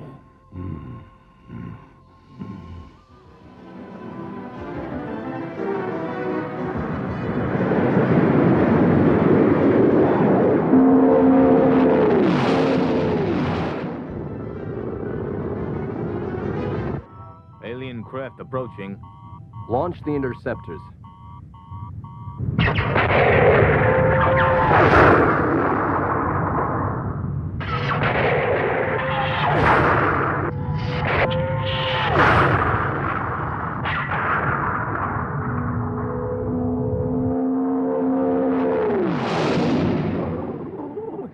Here comes the enemy.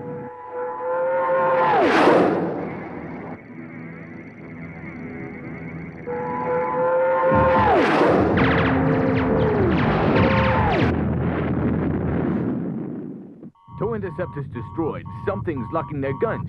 What? Alien craft closing fast.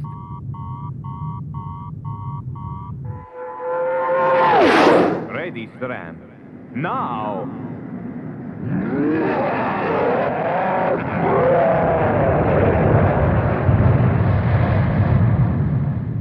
Hold her steady!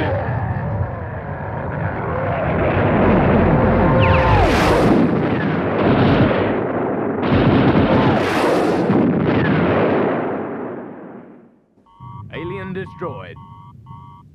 No sweat.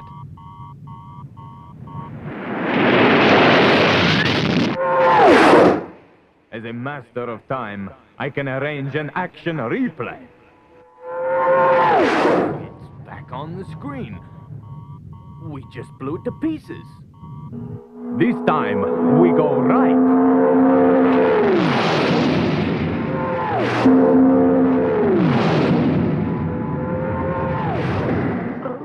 I like it when they can't hit back.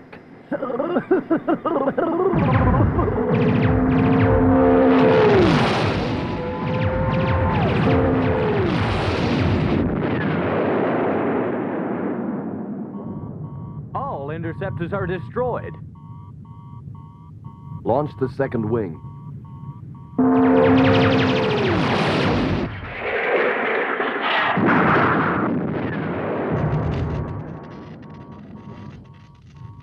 Call it off. Negative.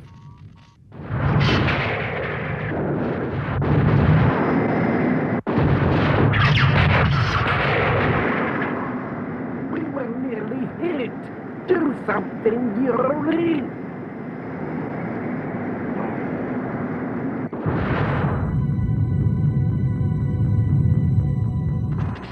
All port side guns inoperative. You can't win this one.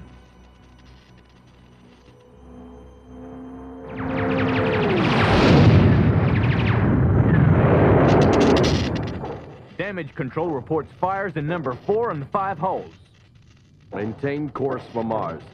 But sir, I gave you an order, soldier.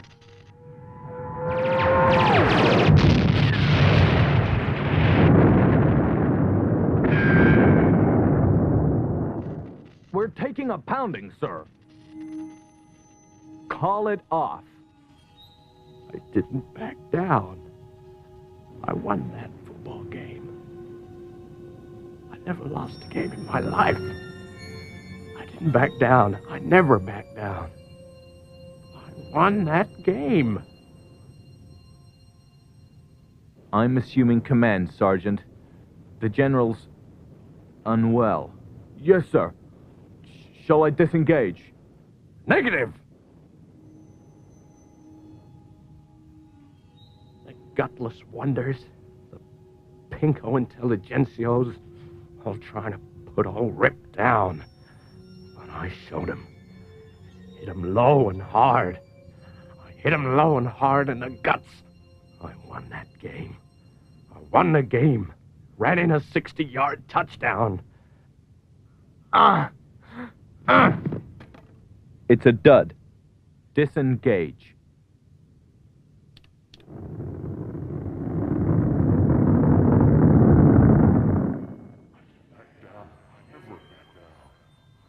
He tried to fight a war he couldn't win. Yes, sir. Course set for home. Well done, my friends. They turned and ran with their tail between their legs. Oh, I was magnificent. Yes, I can imagine. I feel the hand of Einstein in this retreat. Defense is sometimes the best form of attack. But, Mother, we won. This time, yes. But for total victory, we must defeat the accursed clone.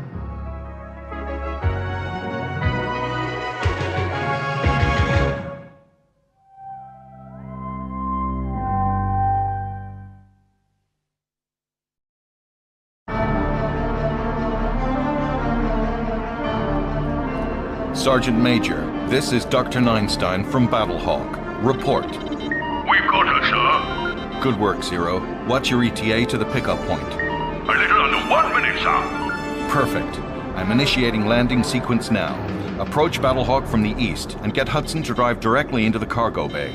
Tiger, do we really have to be so... Mary, you know what she's capable of. What's at stake? We have to show her what we're made of. Are you with me? 10-10, Tiger.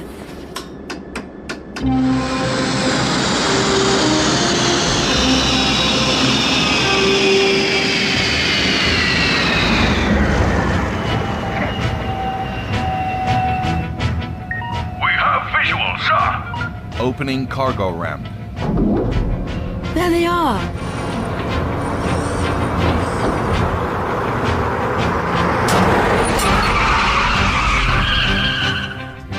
All aboard, Doctor. Okay. Mary, immediate 10:50. 10-10.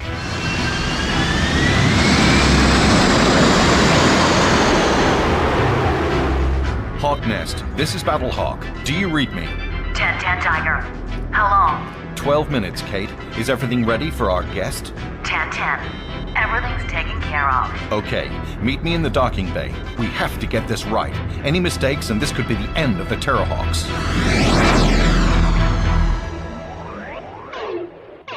Terrahawks, stay on this channel. This is an emergency.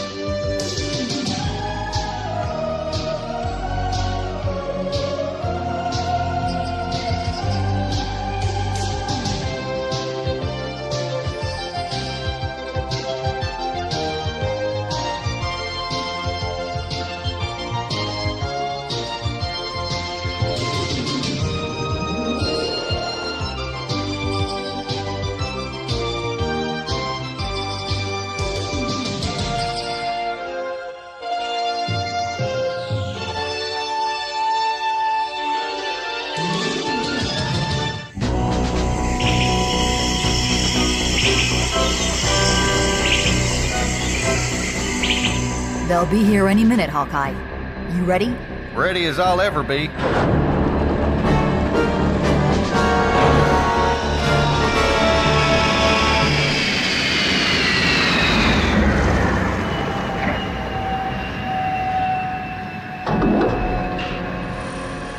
We're bringing her out. Take her to the lounge, but leave the restraints and blindfold on. 10-10, Tiger. We're ready for her.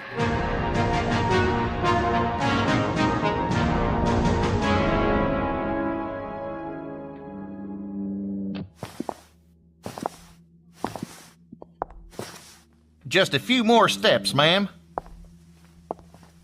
Okay, sit here. Take off the blindfold, Katie, and remove the restraints.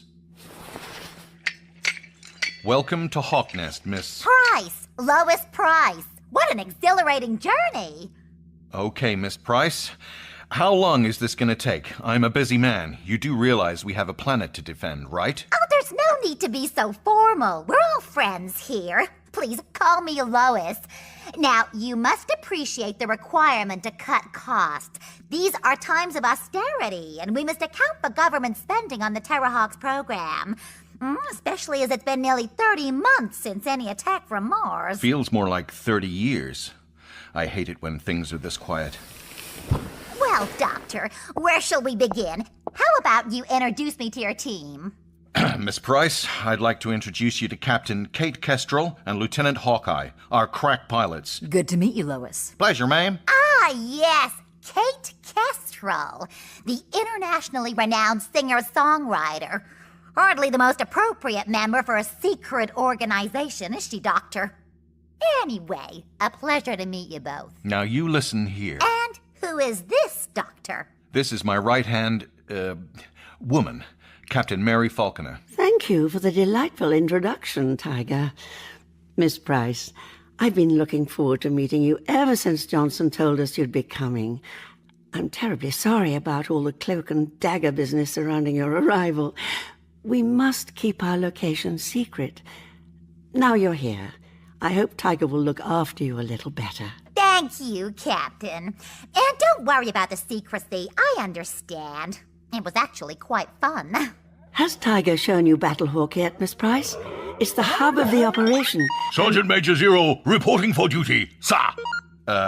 Miss Price, meet Zero, commander of our robotic platoon, the Zeroids. Ah, yes! Sergeant Major, one of my captors. I thought I recognized the voice. Quite so, Mom. I hope you found the experience captivating.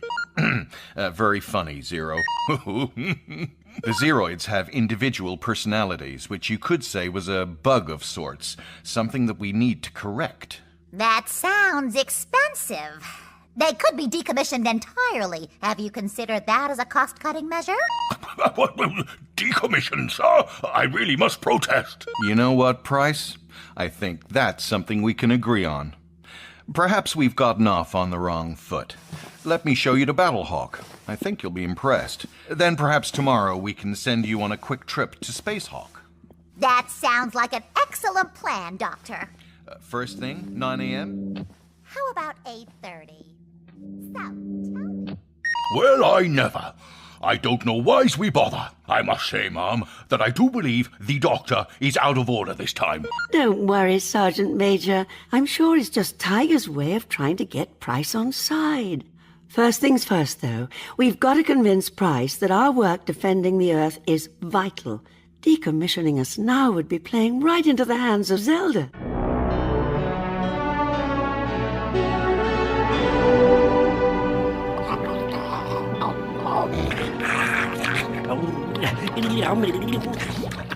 Goody, goody. Granite crunchies are my favourite. All washed down with some carbon jelly. Disgusting boy. Mother, you made me jump. It appears that is the only way to get you to do anything at all these days. Yes, young star. You've got fat. It's not my fault. I'm so bored. We haven't attacked the Earth or the sniveling Terrahawks for years now. What else am I supposed to do? Enough! The hiatus in our attacks against the disgusting Terrahawks has been a carefully planned tactic. I thought she just got forgetful in her old age. Be quiet! Sorry, Mother. So what's going on, Zelda? I don't understand. I will let little It Star explain. Come along, my dear. Thank you, my grandmother.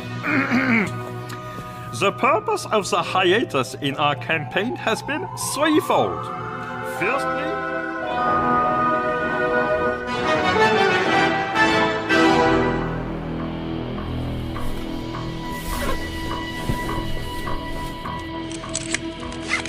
So, what do you think of Treehawk, Price? Good morning, Doctor. She's quite an impressive craft. The Sergeant Major and I are ready when you are. Okay, Price.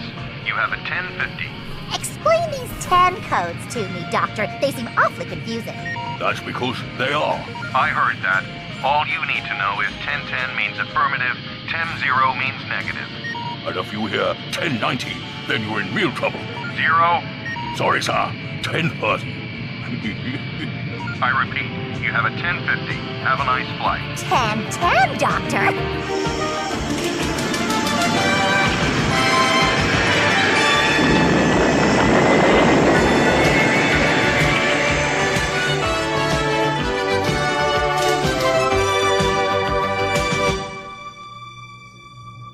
I still don't get it. patience, mine uncle. Even you will get it. Once every 2 weeks, the wretched clone Neinstein flies Treehawk to Spacehawk to relieve Lieutenant Hero. Are you with me? I think so. When the wretched clone next flies to Space Hawk, we will approach. While his craft is in the line of fire, we will attack. First, we shall disable Tree-Hawk and Space Hawk with an electromagnetic pulse. And then we will destroy Space Hawk, capture the clone's ship, and return him to Mars for torture. It is a perfect plan. Even if I do say so myself. My baby, it's Star. You're so clever. It is our most devious plan to date. Prepare for battle. Victory will be ours.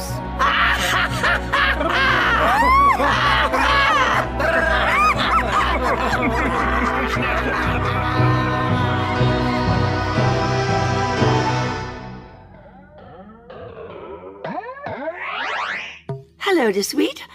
The Sergeant Major has left you in charge. Oh, sorry, Mom. What did you call me? DeSweet. Oh, sorry, did I pronounce it incorrectly? Sacre bleu, non, Capitaine. I was just so pleasantly surprised. The Sergeant Major, he calls me Dix Hewitt. Okay, Dix Hewitt, enough small talk. I need you to monitor Tree-Hawk every step of the way. I've pre-programmed it with my usual inspection flight path, so Price will get a nice external tour of Space Hawk before boarding. We have to convince her that we're a slick and vital operation. No mistakes. Got it? Oui, Doctor. This. Mary, remind me to have the Zeroids' voices reset to factory default once Price has left. These accents infuriate me. I've always found the French accent rather appealing, actually. Oh, Capitaine, you are making me blush. Enough, DeSweet. Get on with your work. Tiger! Come on, Mary. I've called a meeting with Kate and Hawkeye to discuss our next move. Once this ridiculous audit is over, that is. Let's go.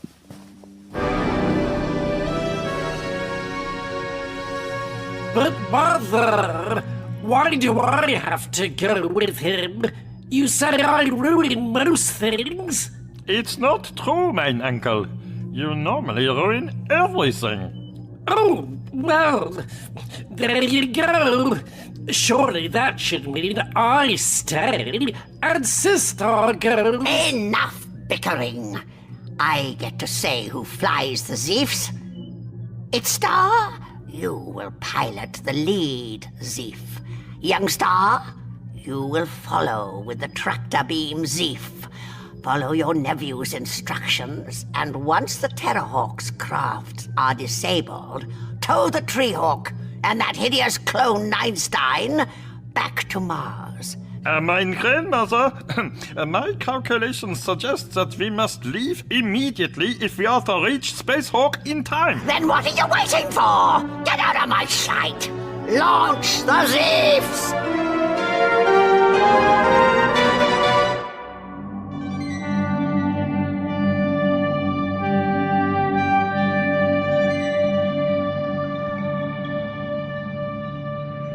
Lieutenant, Tree-Hawk is en route to Space Hawk with Miss Price and Zero.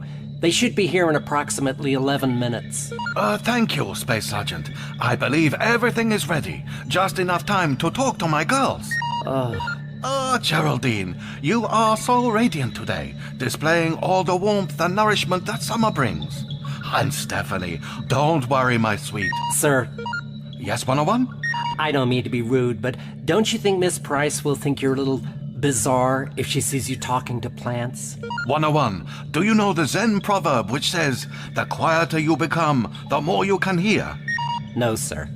Well, Space Sergeant, the essential meaning of this is, be quiet.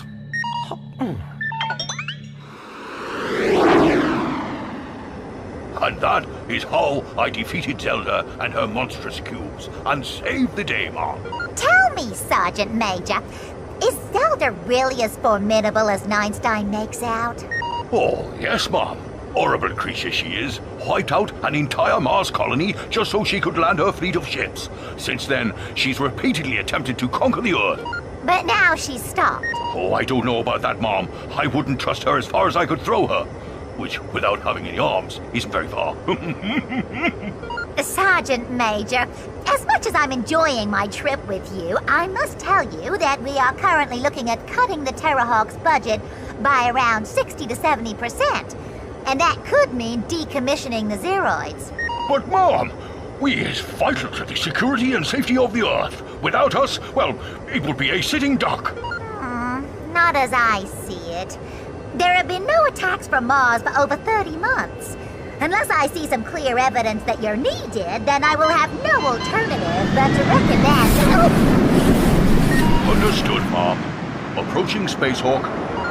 Most impressive. Treehawk, this is Space Hawk. Do you read? 10-10! This is Lois Price, reading you loud and clear.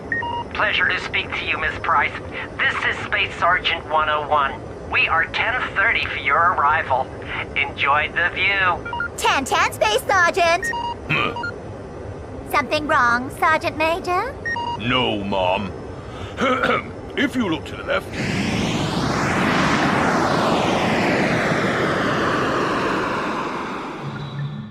The Sergeant Major and Miss Price are touring the exterior of Space Hawk now, Lieutenant. She seems nice. She, 101, could potentially be the downfall of the Terrahawks. If she has her way, this could be the beginning of the end. Forgive me for saying, Lieutenant, but... Lieutenant, 2 Zelda Earth atmosphere fighters approaching at high velocity. They're headed straight for us. 1040, 101, open fire. Sir, I can't. Why not? Treehawk is directly in front of the Zeroid array. They'll be caught in the crossfire. Space Hawk to Treehawk. Come in, Sergeant Major. Zero here? Zero, we have 2 Zeefs on intercept calls with Treehawk. Cannot open fire as you are in the way. Take evasive action. 10-10.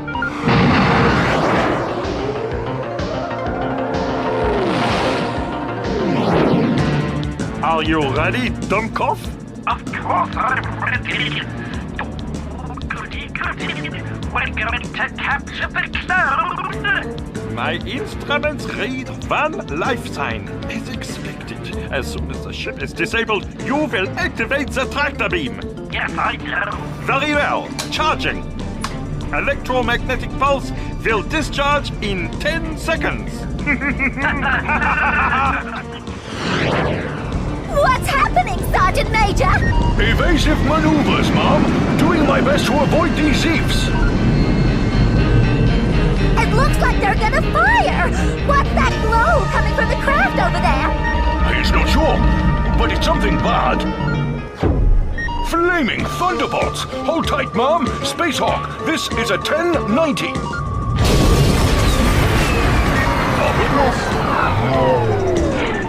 Sergeant Major, what was that? Didn't you say a 1090 wasn't good? Sergeant Major? Sergeant Major! Oh,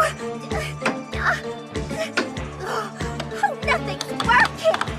No power. Oh my God! Oh, help me! Help me! I have the stupid Terrahawks Treehawk in my tractor beam. Can you hear me, Mother? We've won! Of course I can hear you, you blithering half-wit! Return to Mars at once.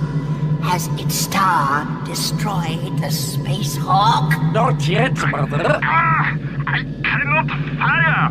What have you done, my uncle? You told me to remove all of the weapons. To make room for the tractor beam in your machine, Dummkopf, not mine! Oh dear. No matter. Without power, the puny space station will soon fall out of orbit and burn up in Earth's atmosphere. Return home at once. The torture chamber is ready.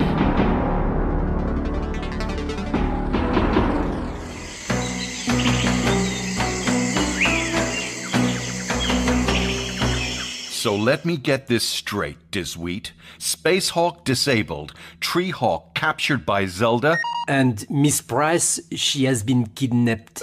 Every cloud, I suppose. Tiger! Come on, Mary. The woman was this close to shutting us down. Anyway, now we've got a chance to prove that we're vital to Earth's defenses. Yes, we've done a superb job of that so far, haven't we?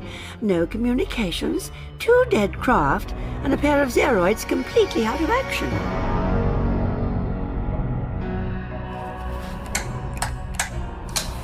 All systems down. No alarms. Nothing. 101. Space Sergeant. Ah, think, hero. Think. If I can just get you off your perch without dropping you.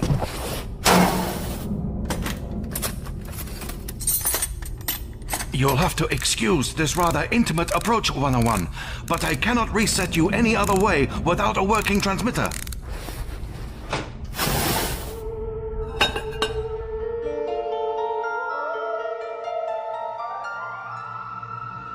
All is prepared.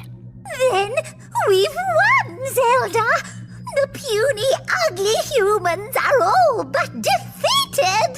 Even if the hideous clone Einstein refuses to reveal the location of the wretched hawk nest, that disgusting planet is at our mercy. Shall I launch the attack? You may have that honor, my dear.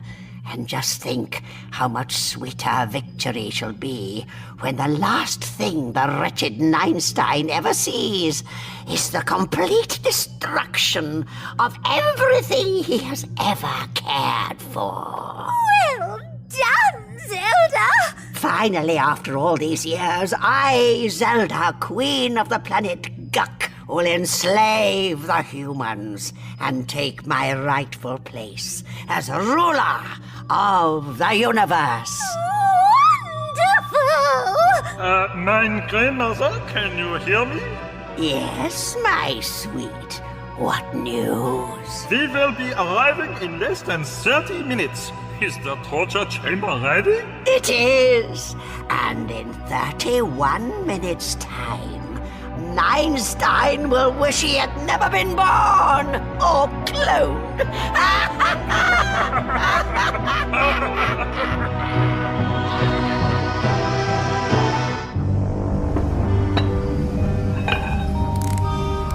Almost there. Just 2 more. Right, someone. Who's this? Flourish. Space Sergeant 101 reporting for duty, sir. But how? I didn't finish the manual reboot. Oh, I've been online for quite some time now. I was just enjoying you giving me some attention rather than those plans. Now is not the time to stand by and do nothing, 101. Well, while you've been fiddling around, I've been bringing Terrahawks systems back online. Excellent. How much longer will it take until your work is complete? 13 minutes, sir. And how long until we burn up in Earth's atmosphere? 12 minutes.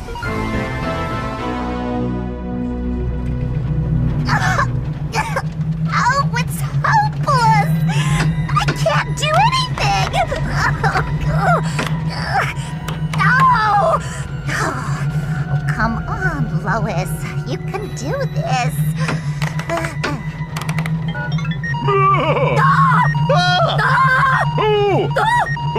Sergeant Major, you're back! Incoming transmission from Hawk Nest. 0, are you back online? 10-10, sir. Listen up and listen good, 0. Here are Einstein, this is Price. You better get me out of here right now, or so help me. Be quiet, Price. If you want to get out of this alive, then you need to follow my orders. What are your orders, sir? We're formulating a plan now. We'll be back in touch shortly. Hold tight. Einstein out.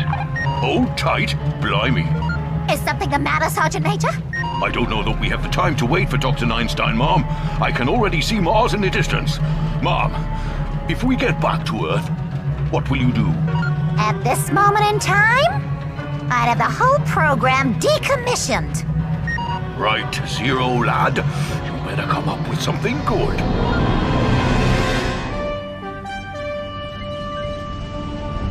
Life support systems are back online, Lieutenant. Weapons and thrusters? 10-0. We're running out of time, 101. We will re-enter Earth's atmosphere in 4 minutes. Well, if it makes you feel any better, sir, a fleet of Zeefs will be here in 3.5. Is there anything I can do, 101? 10-0. I'm gonna close down all of my non-essential systems to work on the reboot. That includes my speech unit. If things don't work out, then it was a pleasure serving with you, sir. Thank you, 101. Likewise. Good luck. See you on the other side. You better take a look at this, fellas.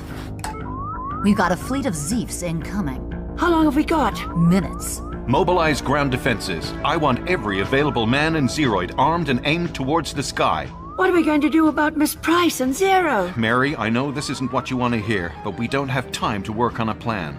Tiger, they're all alone up there. It's Miss Price's life against the lives of every man, woman, and child on Earth. I have to prioritize.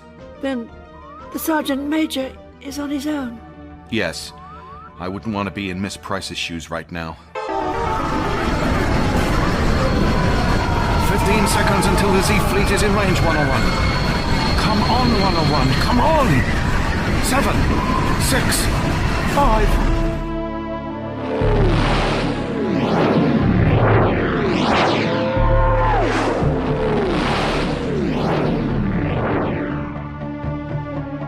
There's been an explosion in the vicinity of Spacehawk. Hero, report. Are you reading me, Hero? Kate, what are you reading? Nothing much. That blast has scrambled our scanners. It's not looking good. This is the voice of Zelda. I know you can hear me, Earth scum. Who's that? Oh, crumbs. Speak to me, Neinstein. Who is it, Zero? It's the enemy, Mom. Neinstein! I'm afraid the doctor is out. This is Miss Lois Price. To whom am I speaking? What? Where is Neinstein? That's what I'd like to know. Allow me, Mom. This is Sergeant Major Zero. I am the captain of this here ship and acting under orders from Dr. Neinstein to dispose of our passenger here. What? Quiet, you. The coward has dared send this wretched human female in his place? Not just any human female. His arch nemesis. Arch nemesis? What is the meaning of this? I am his arch nemesis? This is a government agent charged with closing down the Terrahawks program.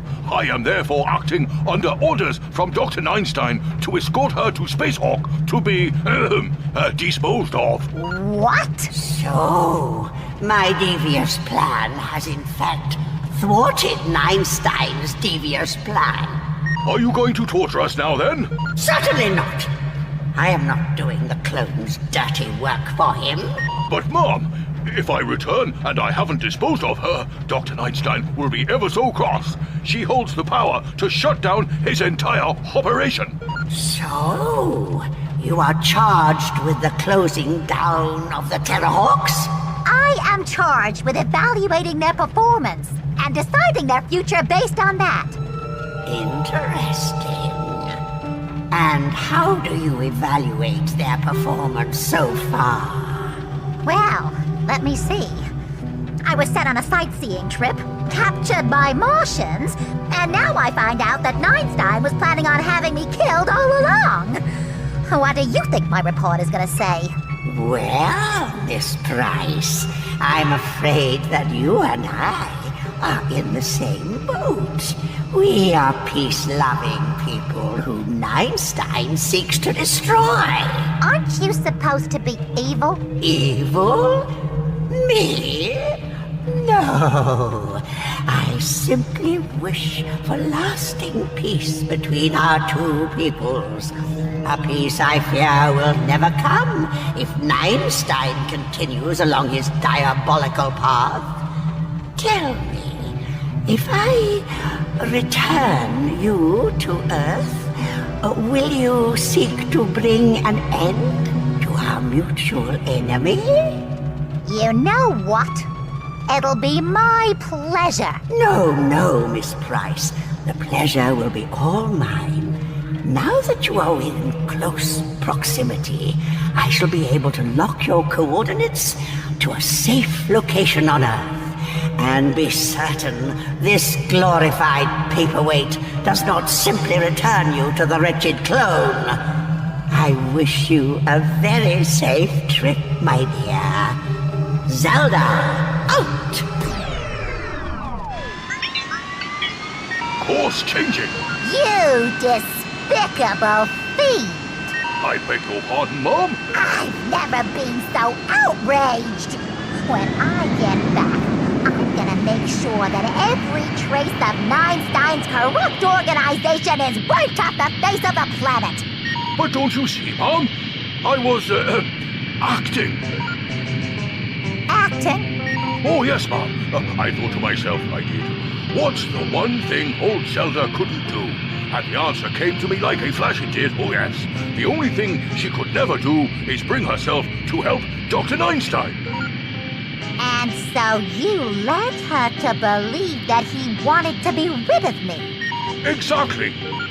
Oh, Sergeant Major, I could kiss you! Oh, what a performance! Thank you very much, Mom. Mom, about the budget stuff and decommissioning us Zeroids. Oh, despite our little mix-up, Sergeant Major, I can assure you that you don't need to worry. I'm recommending a budgetary increase for the Terrahawks, as well as an additional budget to further develop the Zeroid program. I can't wait to see the look on the commander's face when you tell him that. This whole episode has been a very useful demonstration of what Terrahawks is all about.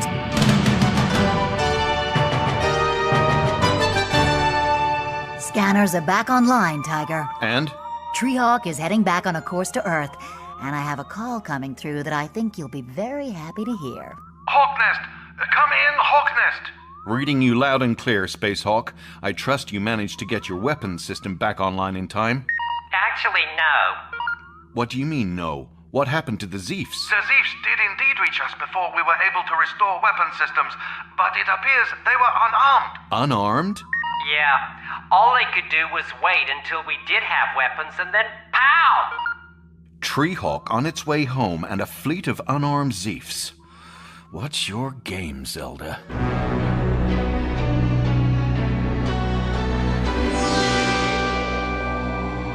So, you remove the weapons from all of the Zeefs, mein Uncle?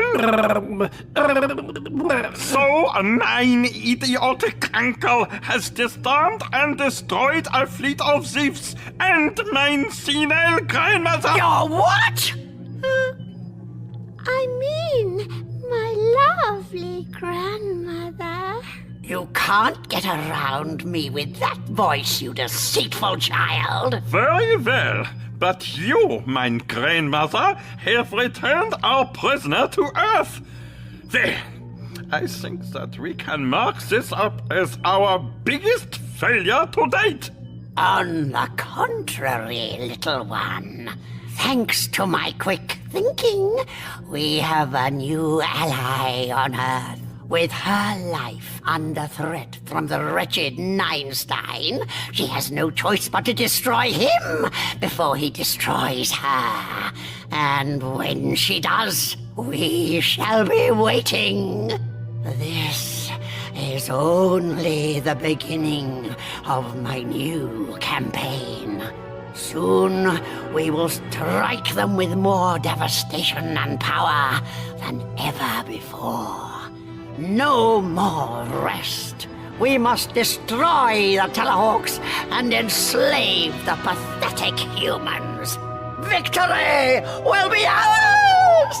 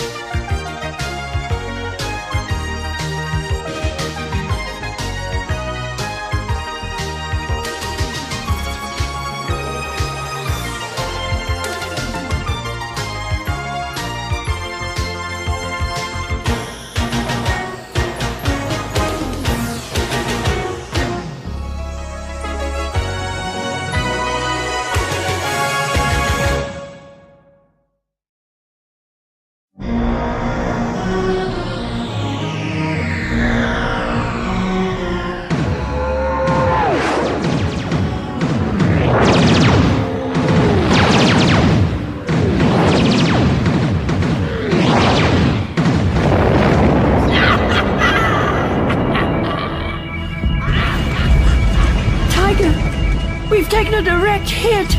Port engine's failing. Tiger, give up this madness. We're no match for her this time. No, Mary, we can win this. This time we're seeing it through to the end. We're being hailed. It's Zelda. Give up, scum. This time, victory is unquestionably mine. All mine.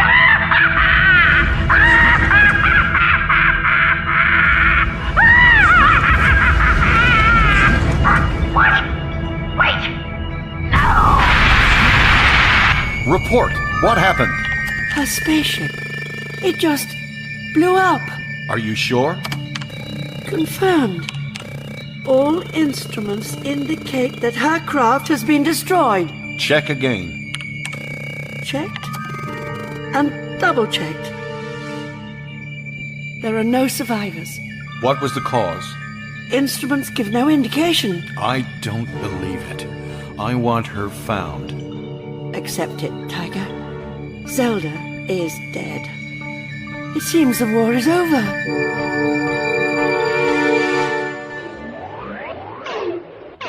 Terrahawks, stay on this channel. This is an emergency.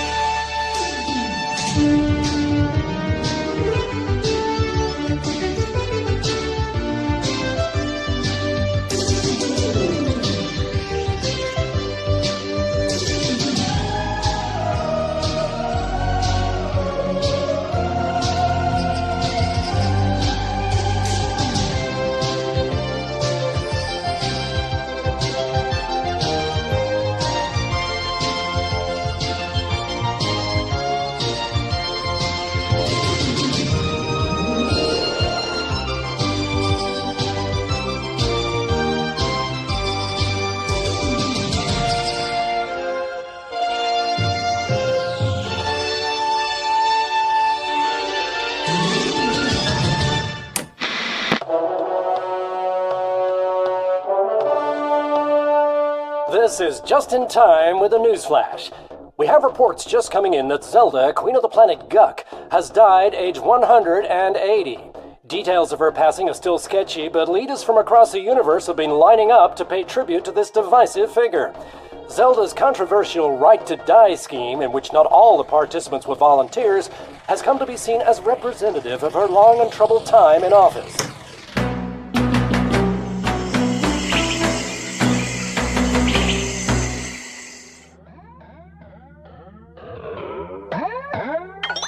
You wanted to see me, sir? Yes, I did. Anything to report? No, sir. Same as 10 minutes ago.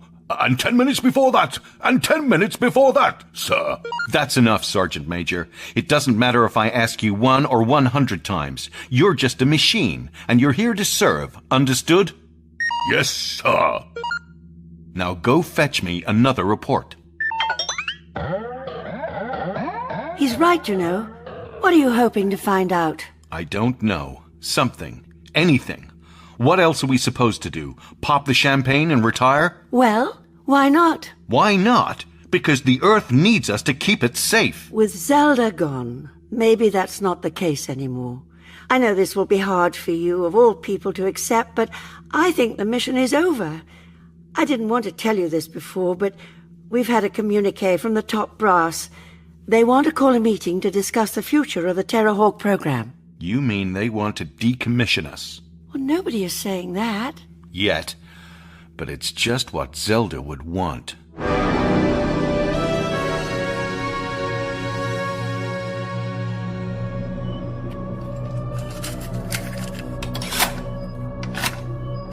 Why, Zelda, being of unsound and insane mind, hereby record my last will and testament.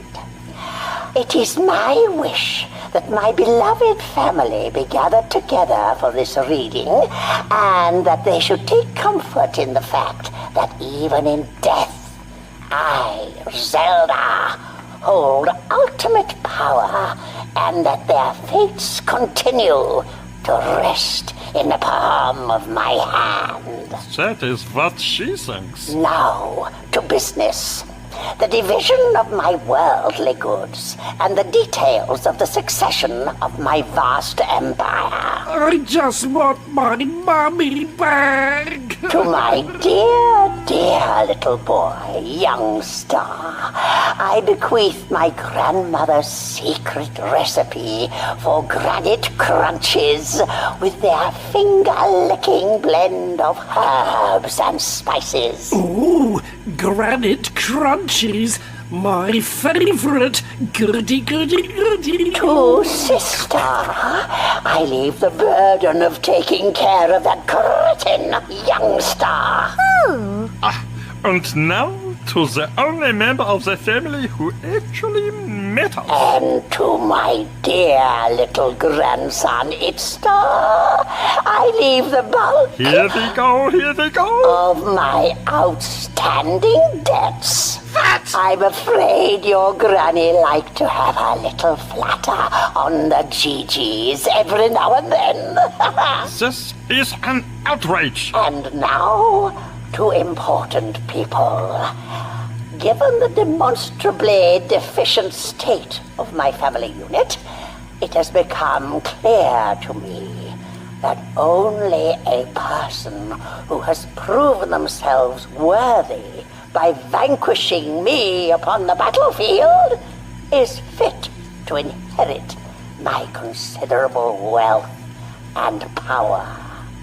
Therefore, I bequeath the bulk of my estate Nine! to the accursed clone, Ninestein. It is my sincerest hope that from this day forth, every victory the clone enjoys will be tainted by the knowledge that he owes everything to me.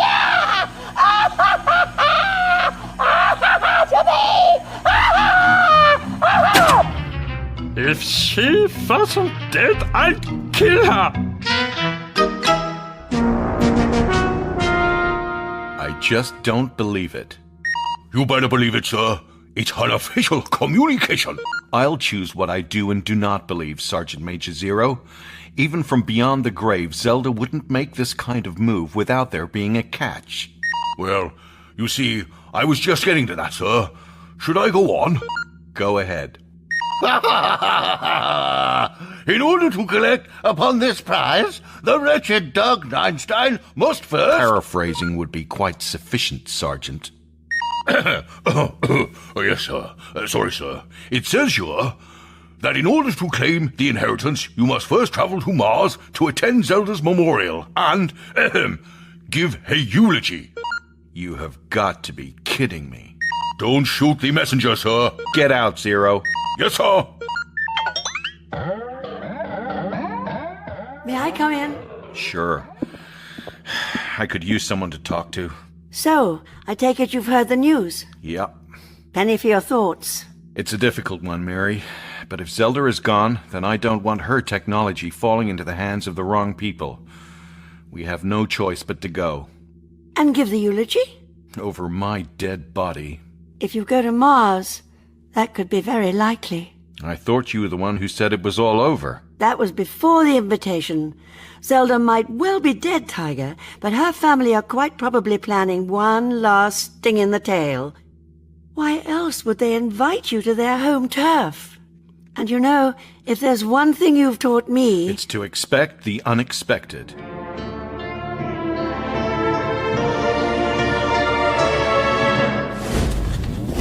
Eins, zwei. Now then, everybody, chop chop into line. Now that my dear grandmother has departed, I am in charge. I'm so proud! My son, the dictator. Wonderful! I don't see why he gets to be the leader. I'm the eldest. It is perfectly simple, mein uncle. What you have accumulated in years, you have unfortunately not matched in brain cells. I don't understand. Let me put it this way. It's what Granny would have wanted, Uncle Youngstar. You can't get around me with that voice. Okay. In short, you are a nincompoop. Oh, thank you. So, to business. I think that we would all agree that grandmother's desire to see our rightful inheritance passed into the hands of Earth Scum Einstein is an abomination that must be prevented. I'll say. It seems clear to me that my grandmother's mind was going a little rusty in the later years. However, I think that we would also agree that to defy her direct instructions, even in death, would be to risk her wrath.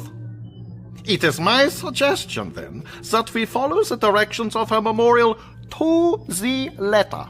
And just hand everything over to the Terrahawks? Ja, mein Mother, just as dear grandmother wished.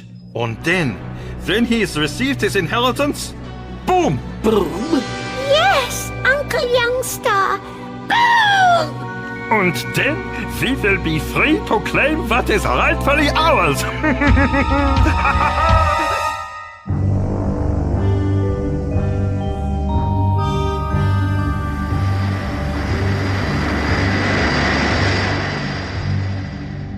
Evil, manipulative old hag. I beg your pardon? Not you, Mary. Zelda. Oh, so you've decided to write the eulogy then? Just a precaution. And that's the tone you intend to strike? Strikes me as the honest truth. But I know what you're going to say, Mary. Why can't we all just get along? Well, why can't we? You've won. Can't you just be happy about that and use this as an opportunity to move on? There's no use in stewing over your hatred of Zelda when you have her relatives to worry about. I just think, as it's a funeral, we should act with some decorum. Mary, you make me want to be a better man. But you know, I speak as I find. And if we're going to claim your inheritance and get out of that place alive, we're going to have to play the game.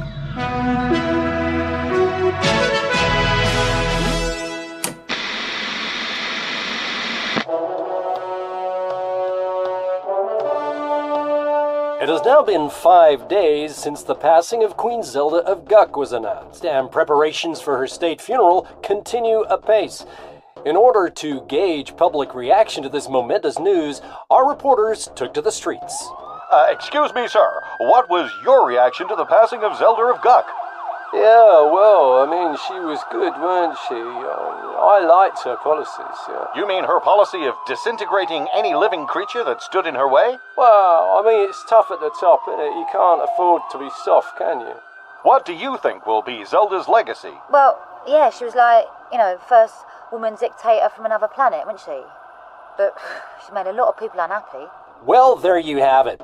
Remember, you can keep up with our minute-to-minute coverage of Zelda's continued state of not being alive here on TV21.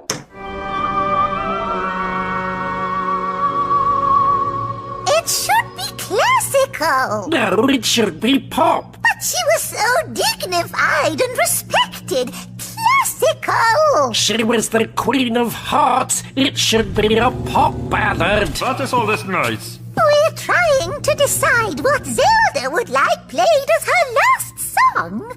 That is entirely unimportant. Besides, the choice is obvious. Oh, is it a pop song? No, it must be classical. Show some respect. At this very moment, a casket containing grandmother's remains is being placed in the Great Hall. Even in death, my grandmother has been meticulous and conniving in her planning. The delivery of the casket also came with a note. Oh, is it for me? Let me check. No, I do not see the word moron written anywhere on the envelope. What a shame. As if to prove she was going soft in the head, it transpires that one of grandmother's final wishes was for her remains to be taken by the Terrahawks for burial in the grounds of Hawknest. It is another of the conditions Einstein must meet before receiving his inheritance. But I wanted to have her stuffed. She looks so lovely on the mantelpiece. Silence, you fool! I imagine that there's probably very little left to stuff. More importantly, do you not see that this plays directly into our hands? We now have the perfect means of taking out Einstein. For me? Not quite, mein uncle. Let me explain. As androids, we are made up of a complex series of circuits, and in order for these circuits to handle the strain of maintaining our sentience, they happen to have been coated in superconductive hydrohexydoxide. I don't understand. Oh, what a clever little baby I have! When tetrahexydoxide is exposed to extreme heat, it becomes highly explosive. Yeah, mother. And it is for this reason I suggest that grandmother should be cremated before being handed over to the accursed Terrahawks. She will go out in a second blaze of glory while taking out Einstein in the process. Boom! It's what she would have wanted.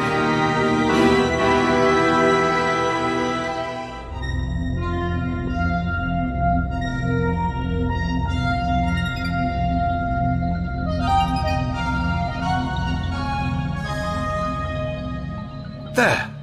Resplendent yet dignified. You shall turn heads at the memorial service. Oh, do you really think so? I have tried to make an effort. Not you, Space Sergeant 101. I was talking to my flower arrangement. I felt I should prepare something special for a momentous occasion. I still can't believe we're going. I wouldn't have believed it myself a few days ago, but the news that Zelda is to be cremated seems only to have served to strengthen Dr. Einstein's resolve to attend. Why should that matter? Think about it, Space Sergeant. If you were going to spend time in the company of your most deadly foe, wouldn't you prefer that they were a pile of ash? I suppose so. I must confess that I am actually looking forward to our arrival. Well, you do look fabulous in black. Yes, but apart from that, just imagine the splendor and variety of hundreds of flower arrangements brought in tribute from around the galaxy. Perhaps I may encounter a species of plant that even I have never seen. Oh, it's all just work with you humans. Now, where did I put my bow tie?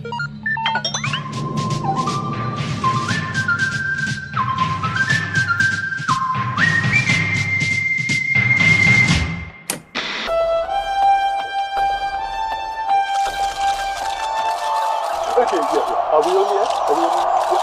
Oh, yeah. Oh, we are. Oh, right. Okay, great. Okay, good. Hi there, and welcome everybody. Hello. Today's the big day, isn't it? It is, because Zelda, Queen of the planet Guck, invader of Mars and would-be conqueror of Earth, is being laid to rest. And let me tell you, the crowds are going, they're going like crazy here, like wild here on the red carpet. Look at that one. Right, anyway, I'm Stewed Apples, and I'll be your host for this historic and momentous and most solemn occasion. Yeah, great. Well, great, it is. It's wow, yeah. Right, so anyway, in years to come, when people ask you where you were during this mega important event, you'll be able to say, like you were sitting at home like a loser without an invite to the social highlight of the year, right? Yeah, that's you. Anyway, celebrities are piling up to get in and take their seats in the Great Hall, from A-listers like Kate Kestrel, right down to nobodies like, like this guy right here. Hey, who are you and why are you here? Do much. I beg your pardon? Do much. It's my name. Kent Do Much. Great. Well, yippee. Well, splendid. Marvellous. Okay, so, Mr. Kent, what brings you here today, man, yeah? Well, I am a founding member of the official Zelda Appreciation Society, and as such I felt the need to come down here today and personally represent her legions of admirers. Zelda had, a fan club? Oh, yes. Zelda led the way when it came to committing atrocities, and to think she did it all at the same time as being a single parent. She really was quite... Yeah, right, okay, fine, well, whatever, man. But, hey, who do I see coming towards me but the one and only the great Dr. Tiger Einstein? Should I, Yeah, right, thanks, mate. Yeah, out of the way. Dr. Einstein, tell us, what brings somebody like your good self, sir, Zelda's arch enemy, here today? I've come to say good riddance. Right, okay, yeah, well, bye. I was out of questions anyway. I suppose.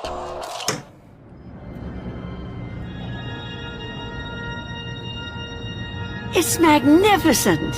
Just look at the flower arrangements. And all of these people. Looks rather tacky to me. Trust Zelda to overdo it. Okay, everybody, remember, be on the alert. Listen, can anybody else hear that? Excuse me, Sergeant Major, but is that you? What? No, just some sort of malfunction with the lubricant in my eye mechanism. That's all. You're crying. Watch it, Dad, or I'll have you up on a charge. It just goes to show that it doesn't matter how rich or powerful a person is, we all end up in the same place. The only place I want to see Zelda end up is scattered across the Hawk Nest compost. Oh, just look at all of the wonderful floral tributes. Weeds, nettles, Venus flytraps. Oh, who put this ugly thing here? It's far too colorful. Yes, give them to me. Where are you taking them? I'm going to put them with the items for Einstein to collect. Is this really all Mummy left behind? No, of course not, you nincompoop. These are merely the items that are not worth keeping for ourselves. If all goes to plan, this whole place will be up in smoke within the hour.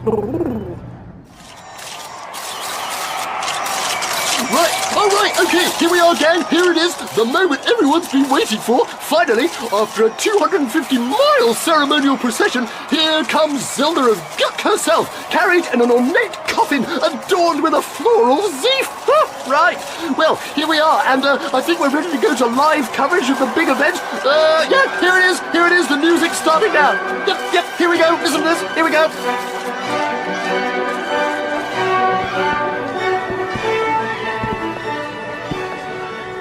Okay, mein uncle, this is your big moment. 2 things to remember. Number 1, don't panic. Number 2, if you mess this up, I will destroy you.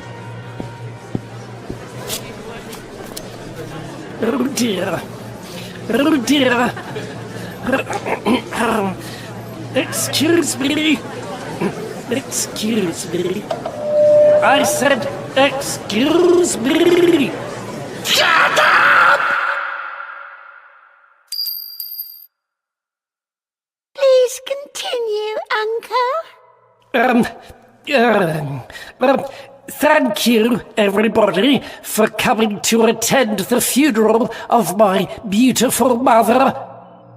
I hadn't planned to do this, but I'd like to read a little poem. It's called My Mummy by Youngstar. What are you doing? We don't have time for this. Stop all the timepieces. Cut off the subspace communication device. Prevent that stupid dog from barking by cutting off a slice. Silence the pianos and, oh yes, please switch off all of your portable electronic devices. Mummy would hate to have her big day interrupted by Yes. Thank you. A big round of applause for mein uncle, Peter. Bye-bye. And now, we have a few words from one of the Earth scum.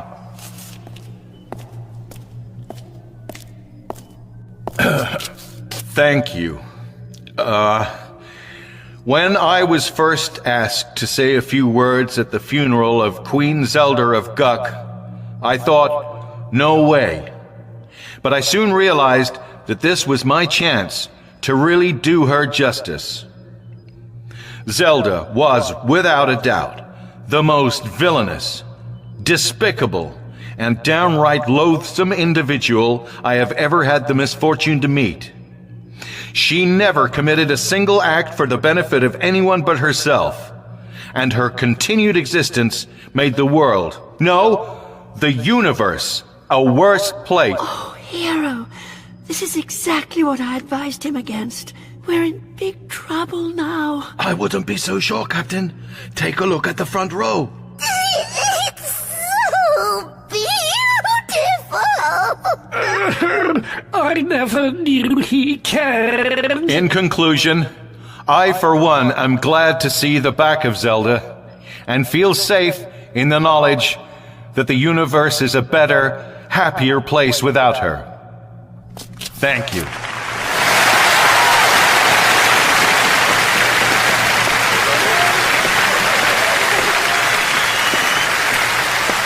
That went down tremendously well. How did you know? Mary, I realized that I had to be cruel to be kind. Now then, ladies, gentlemen, und Earthscum, please pray silence for the interment of Main's grandmother's casket. In accordance with her wishes, her final voyage will be accompanied by one of her old favorites. Play the recording!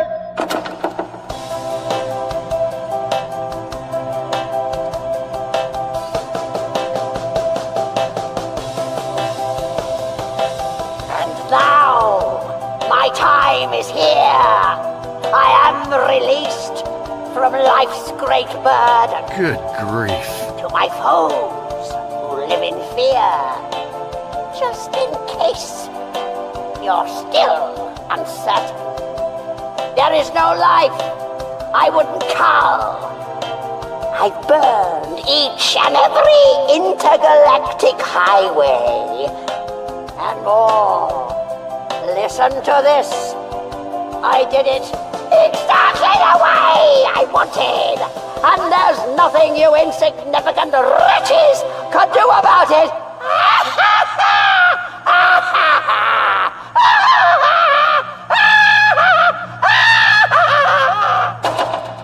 Soon, in accordance with her wishes, we shall hand my grandmother's remains to Einstein. And in doing so, we shall have passed her estate to him. Ashes to ashes, rust to rust. But first, the cremation.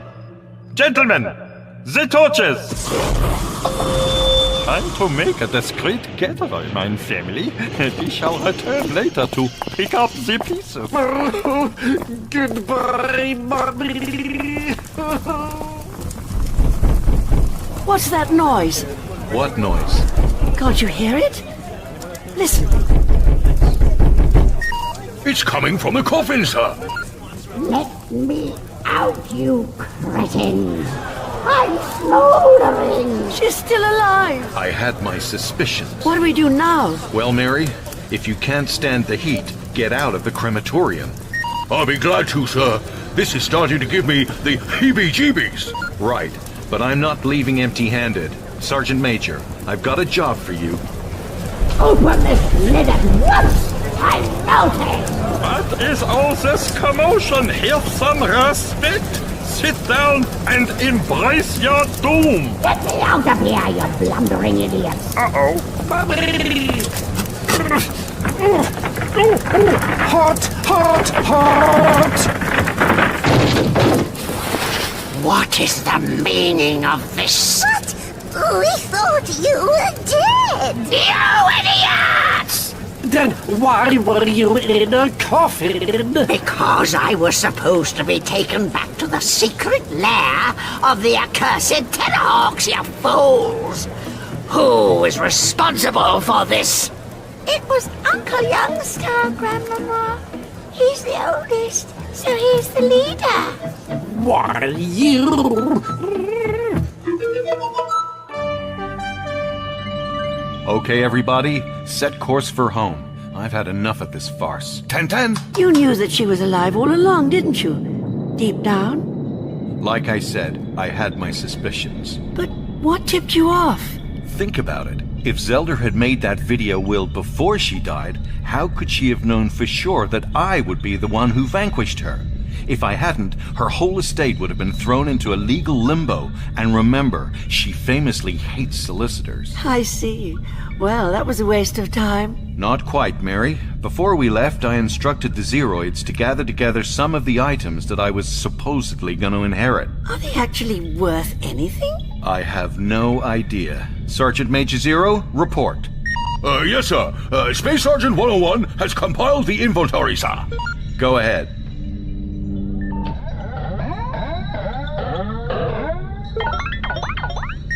Okay, everybody, sit tight because here we go. Could you start the conveyor belt, ma'am? Oh, yes. Here we are.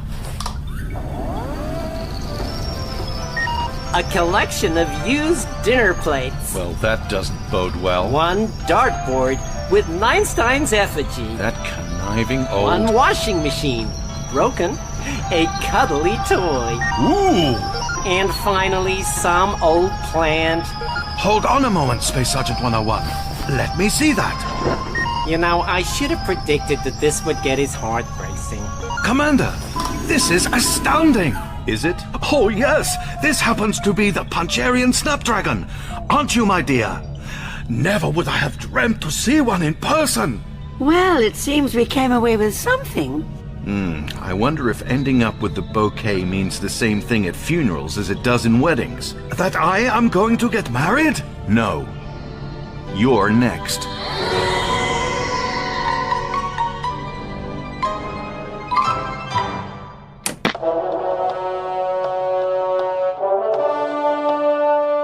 Having received many tributes following her sudden death, the revelation that Zelda, Queen of the Planet Guk, had in fact faked her own demise has seen her opinion polls plummet. Say what you like about slaughtering thousands in the pursuit of your own goals. It's tough at the top, isn't it? But faking your own death, that's just not on, is it? I mean, they cancelled the footage just to show her funeral, didn't it? Zelda, Zelda, Zelda! Out, out, out! Zelda, Zelda, Zelda! Out, out!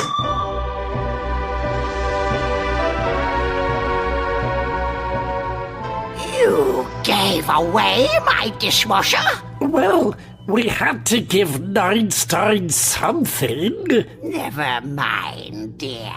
From now on, I shall dispose of my dirty dishes by throwing them at your head.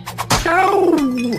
You know, this reminds me of an old Earth thing. Oh, forgive and forget? No.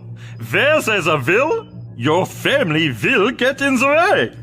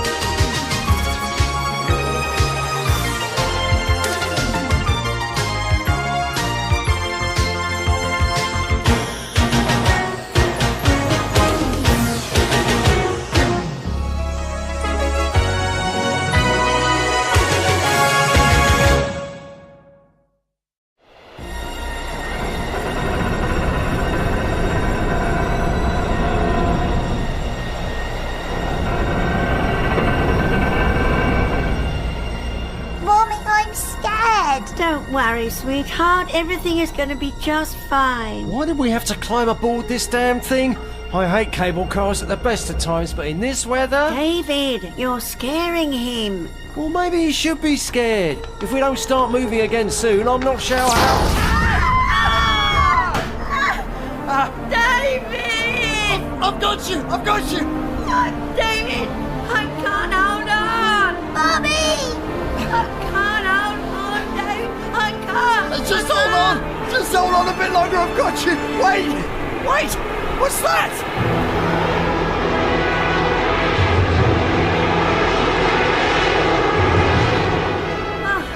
Oh, thank God. Help. Somebody's climbing across from that ship. Hold on, darling. Don't you folks worry. We'll have you back down at the ski lodge in no time. Please! Please, hurry! Mommy! Don't worry, kid. Nobody loses their mommy on my watch. Here, ma'am, take a hold of my arm. Thank you. Thank you so much. No problem. Now let's get you folks out of here. Lead the way. Sure thing. Just as soon as I can take your credit card details. Credit card details? Or debit. Global Rescue prides itself in offering the finest quality rescue and disaster relief services at the best value for money you can find. You may have seen our TV commercials. But I don't have my credit cards. We don't have any money with us at all. Oh, not to worry then. Oh, thank God. If you could just fill in this credit agreement form and give me a shout when you're done, we can get started. Okay, wait, what? I'll just be in the ship if you need me. Daddy? Yeah, just a minute, son. Address, date of birth. Honey, what was your mother's maiden name?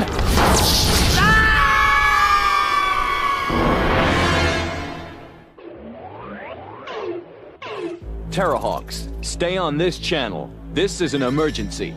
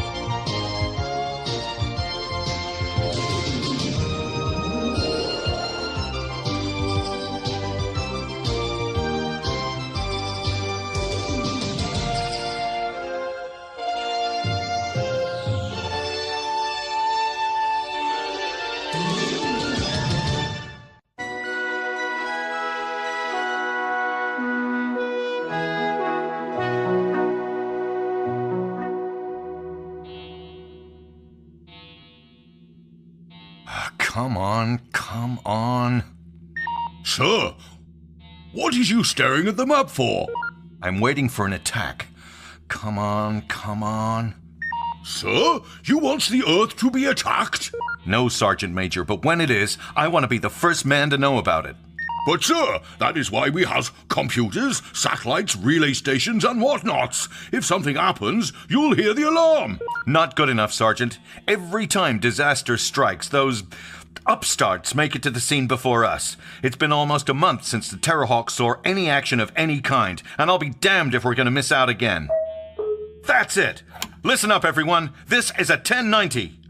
Actually, sir, that was the doorbell. It must be Johnson. If that's how long it takes you to answer the door, it's no wonder people are leaving you for another service provider. Oh, sorry, Johnson. Pleased you could join us. Thanks, Kate. Dismissed. Quite frankly, I'm surprised to find you here. Why is that? Good Lord! You must be the only person on Earth not to be clued in at the moment. Don't you watch the news? Look! Oh my golly goodness, man, like we're here, yeah? Here at the scene of the disaster. Like, an hour ago, like a building suddenly collapsed out of nowhere. It looked like it was going to be a mega disaster, man, but then only minutes later, the world's favorite band of heroes, Global Rescue, arrived on the scene. Minutes later. And you're like lucky enough to see me, your host, Stu Apples, interviewing one of them. Hey, over here, Mr. Super Clean Cat All-American Savior guy. Well, hi there. So, tell us what's been going on, man, yeah? Well, when we got here, there was a lot of panic. Debris falling everywhere, people screaming. But we said to them, look, guys, you need to work on your self-confidence. With guys like us on the scene, the world doesn't have anything to worry about. Right, yeah, amazing, man. Now, listen up, people. So, could you tell us a little bit about how your operation is funded, yeah? Look, the regular emergency services are great. I'm sure that they're a fantastic group of hardworking citizens. But they're overstretched and underfunded. And you know, you get what you pay for. What we offer is a private service tailored to the needs of the individual. A modern service for a modern age. That's quite enough jingoism for one day. What I want to know is how in Spacefire do they explain the fact that they get to the scene of every alien threat or natural disaster before we do? They're young, Einstein, hip, groovy, with it. With it? I'll happily do without it. And that's the problem. Whatever it is they're doing, it's working, and you've missed the boat. And who exactly is calling the shots over global rescue? I have no idea. Then we have no idea who they are. They're a top-secret organization. Secret? We've just watched them on TV. That's just the PR side of the operation. The only info we have is that they're bankrolled by some high-rolling billionaire investor. A beautiful island in the Pacific, the secret base of global rescue. So far, undetected. Outwardly, the luxury home of billionaire ex-nightclub owner Dick Branston.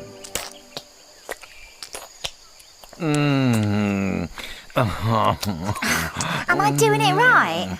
Oh, yes, wonderfully. Oh, don't stop. I've never known anybody need so much sunscreen. Careful now. Some of those skin grafts still rather sting. Oh, tell me the story again. How you came to get blown up. Yes, that does rather stoke your boiler, doesn't it? Yeah. Well, it all began when I ran into the burning orphanage. Do excuse me, my dear. No rest for the wicked. Hello? What do you mean he won't pay? We saved him, didn't we? How terribly ungrateful. Well, fortunately, we don't hold a grudge. You can let him know that we'll be happy to come to his assistance at any time, and believe me, he's going to need it. Difficult customer. Well, you know what they say. Never work with children or animals. Time to call our benevolent benefactor, I think.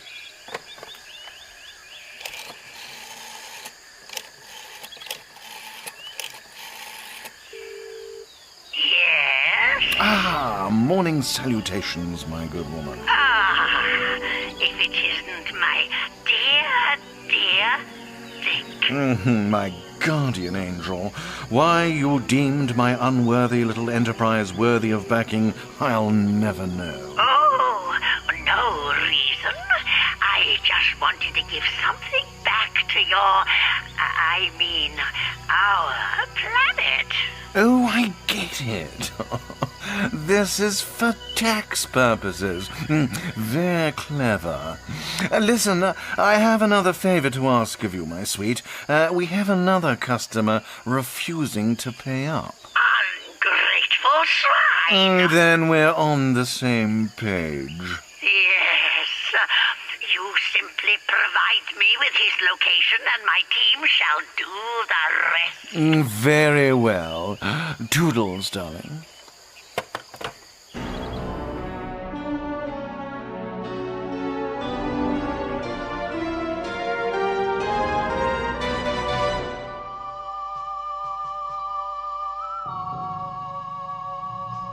If there is one thing that will never cease to astound me, it is the stupidity of that bumbling boob Branston. Fool him once? Shame on me. Fool him twice? Well, he only has himself to blame. You should meet with him, youngster. It would do you good not to be the most idiotic person in the room for once. You'll never understand what we're really planning. Come to think of it, I don't either. Of course you don't. It's very simple. Branston's dastardly little venture is providing me with the opportunity to kill two birds with one moron. How so, Zelda? By providing him with disasters that stimulate his business plan, I not only get to cause chaos on Earth, but undermine the wretched Terrahawks at the same time. You doubt my plan, little one? Well, it's just that I fail to see how Einstein will possibly be undermined when Global Rescue are so clearly and utterly incompetent. It doesn't matter if their service is deficient, just so long as they look good. Thanks to me, Global Rescue has the most handsome new recruits, gorgeous new uniforms, and beautifully designed rescue craft.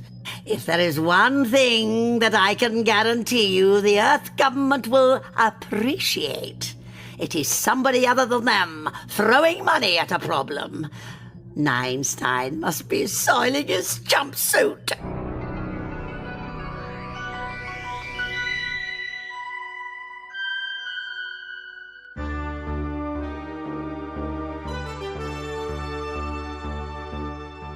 Of all the outrageous, foolhardy decisions you have ever come here to tell me about, this takes the biscuit. And believe me, it's facing some stiff competition. Tiger! What on earth is going on? I can hear you halfway across the compound. I don't even have a word for you right now, Johnson. Informs me that the government, in its infinite wisdom, is investigating the possibility of privatizing the Terrahawks program. What? Say it isn't so, Johnson. As I have been trying to explain to Dr. Einstein, this is not my decision. In fact, I'm trying to do you a favor. I'm putting my neck on the line by warning you. Do you think anyone else within the department would have come down here to brief you on this? No, you're right. If all they care about is saving cash, why don't they listen to me once in a while? Just think of all the money that's been squandered on the Zeroid program. Tiger! Hang on a moment. Why are we even in competition with Global Rescue? We're not strictly a rescue organization. The idiots think that they can save money by combining our services. Such a move could save the taxpayer billions. And put billions of lives in peril. They have no idea of the calamity they are inviting. I've got to get back to the office before somebody realizes I've gone. That could take a while. And in the meantime, I suggest you pull your act together. You're being watched.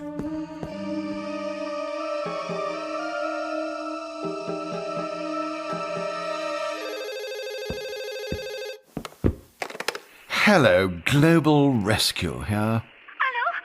Allô, il y a quelqu'un? Allô? J'ai besoin d'aide. Aidez-moi! Aidez-moi! I beg your pardon. Who is that? Allô? Je suis coincée dans un ascenseur en feu. Sortez-moi de là, je vous en prie. I'm sorry, my dear, but I don't speak Welsh. Ouais, quoi? Allô? Vous m'entendez? S'il vous plaît, par pitié, aidez-moi. Je ne veux pas mourir comme ça. Par pitié. Des flammes. I'm terribly sorry, my dear, but if you can't be bothered to learn the lingo, then I'm afraid we just can't help you.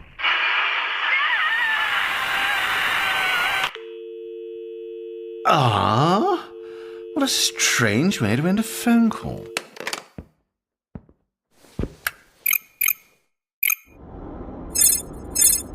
Okay, team, look smart. The boss is calling in. You got it, Jock. You heard the man, gang. Smarten up.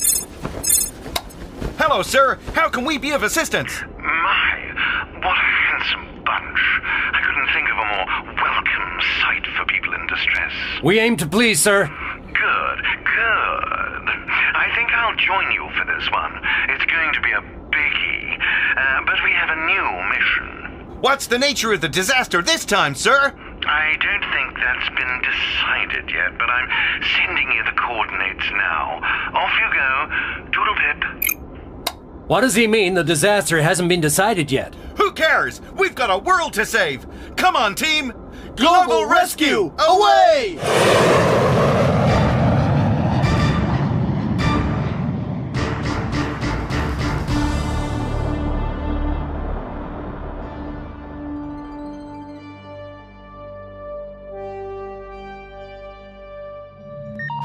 Sir, I think I have it. Excellent, 101. I shall contact Dr. Einstein. Report, but only if it's good news. Oh, it is, sir. It is. Go on. Well, you asked me if I could remain on the lookout for anomalies, odd occurrences, and funny business as I conducted my routine scans of the Earth. Go on. Well, try this one for size, sir. The RMS Pathetic, a luxury liner filled with the world's most rich, powerful, and influential holidaymakers, is on course to strike an iceberg, sir. Excellent. Doctor, lives are at stake. Oh, yeah, I mean terrible. But at least this gives us a chance to reach the scene of a disaster before those clowns at Global Rescue. Oh, one question, 101. Yes, sir? Why did this strike you as unusual? It's hardly common, but ocean vessels have struck icebergs before. Yes, sir. But in the Indian Ocean, sir? What? And several rescue craft are already on their way there, sir. Right, let's get to it. Regardless of who gets there first, we need to find out what in Spacefire is going on. Don't panic, darling. I've got you. I'm slipping. Oh, God. I can't keep hold of your arm. Don't let go. It's no use.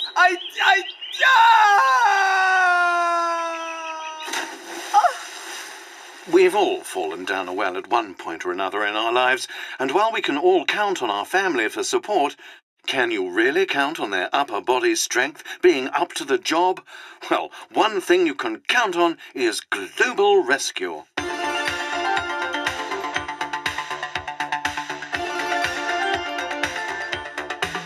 Oh, hello. I'm Mr. X. No, that's not my real name. But here at Global Rescue, we pride ourselves on a discreet service.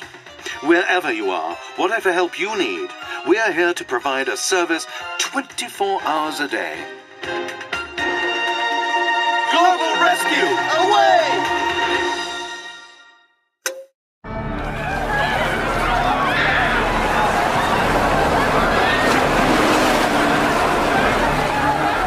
Okay, folks, just form an orderly queue. There's no need to fear. Global Rescue is here. Oh, bless you. Bless you all. Not quite so fast, sir. We'll just take your payment information first, and then you're free to board one of our rescue pods. Oh, yes, of course. Yeah, wait a mo. You mean that thing down there? It's packed to the gills. And how am I supposed to reach it? Oh, it's just one short jump away, sir. What? That's easily 50 feet, man. Jock? What's up, Dato? The rescue pods are too crowded. They can't elevate to the side of the ship anymore. It's just too darn far. Oh, sir, you just need to believe in yourself, and you can achieve anything. Here, I'll show you. Are you sure this is a good idea? Of course it is. I can do everything if I just put my mind to it. Here we go. Global Rescue away! I want a refund.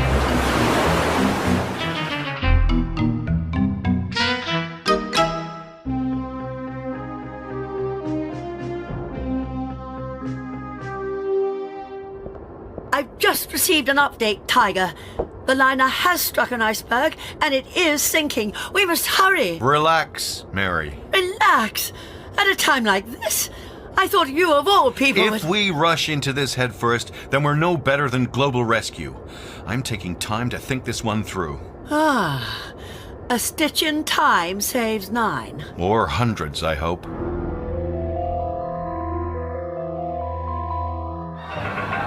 Mein grandmother, why have you brought us here? We could have observed proceedings from home. What? And miss out on all the fun? No, my dear.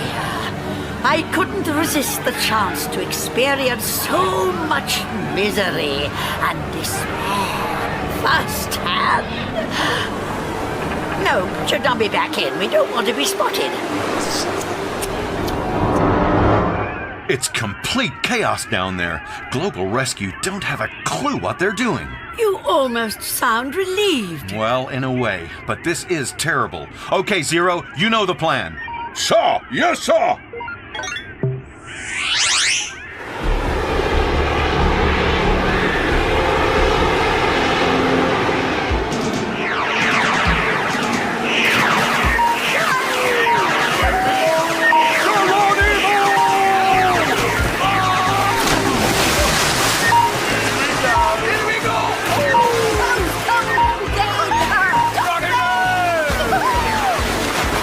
Activated loudspeaker.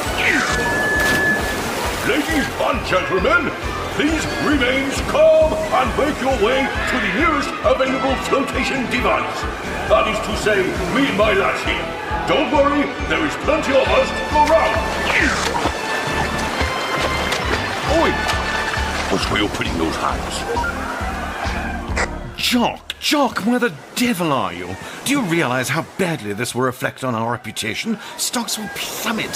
Stay where you are, Branston. Who the... Not you again. I could say the same thing, though I hardly recognized you with all of those skin grafts. Yes, who'd have thought an explosion to the face would alter one's appearance? I had a feeling you would be behind this. How could you possibly? You're hardly the most imaginative of con artists, Branston, and neither is your business associate. I have no idea what you're talking about. Let me introduce you. Here, take a look through these binoculars.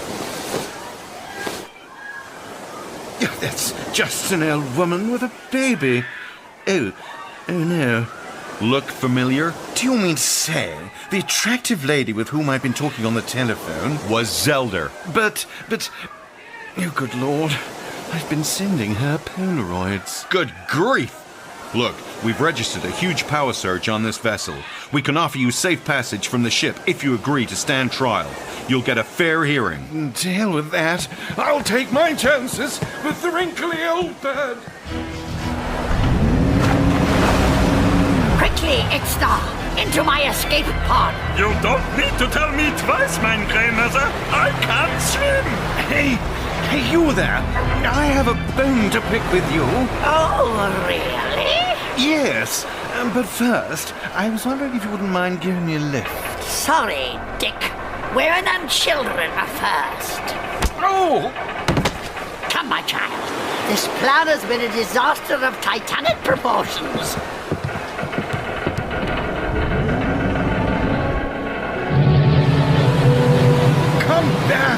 Come back this instant! Oh, come on, Dickie.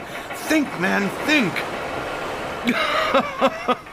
What on earth am I worried about? I'm in a damn rescue organization. Now, what was that number? Ah, yes. Hello? Ah, excellent. Now listen up, Chickie. This is Dickie Branston, and I'm in a spot of bother.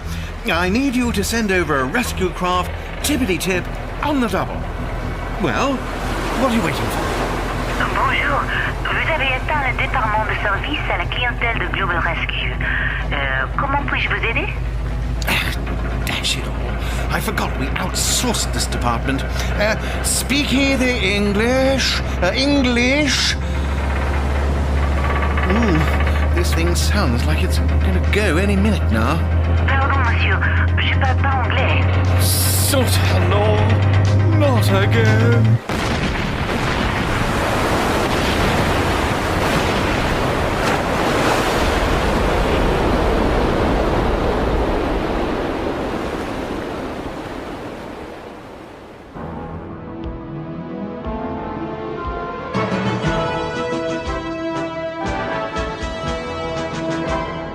Einstein, the government were certainly impressed with the performance they saw yesterday. So they should have been. In fact, they'd like to increase the budget. Excellent. We could use the support of the Zeroid program. What? Well, recognition is recognition. I'm going for a long walk off a short pier.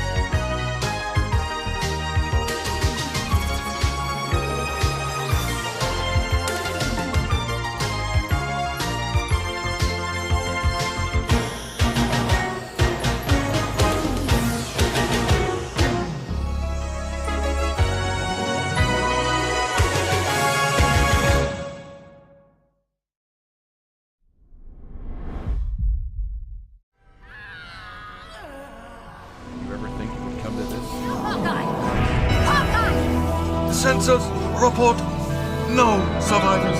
Tiger! Terrahawks, Stay on this channel. This is my final broadcast. Buckingham Palace has indeed been invaded. The palace is surrounded by a number of strange-looking space vehicles. With the once reliable Terrahawks out of the game, there was nothing to stop them. What is the plan, Captain? I'm not sure you'll like it, but here goes.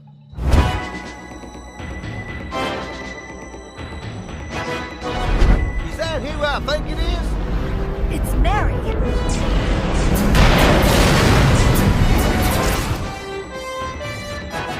What the heck is that supposed to be? No idea. Welcome home. 1050 hero. He's got quite a head start. We'll catch him. Don't worry, Mary.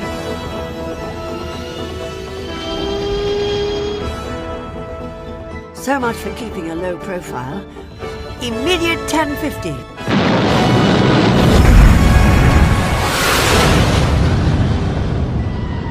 No way out for you.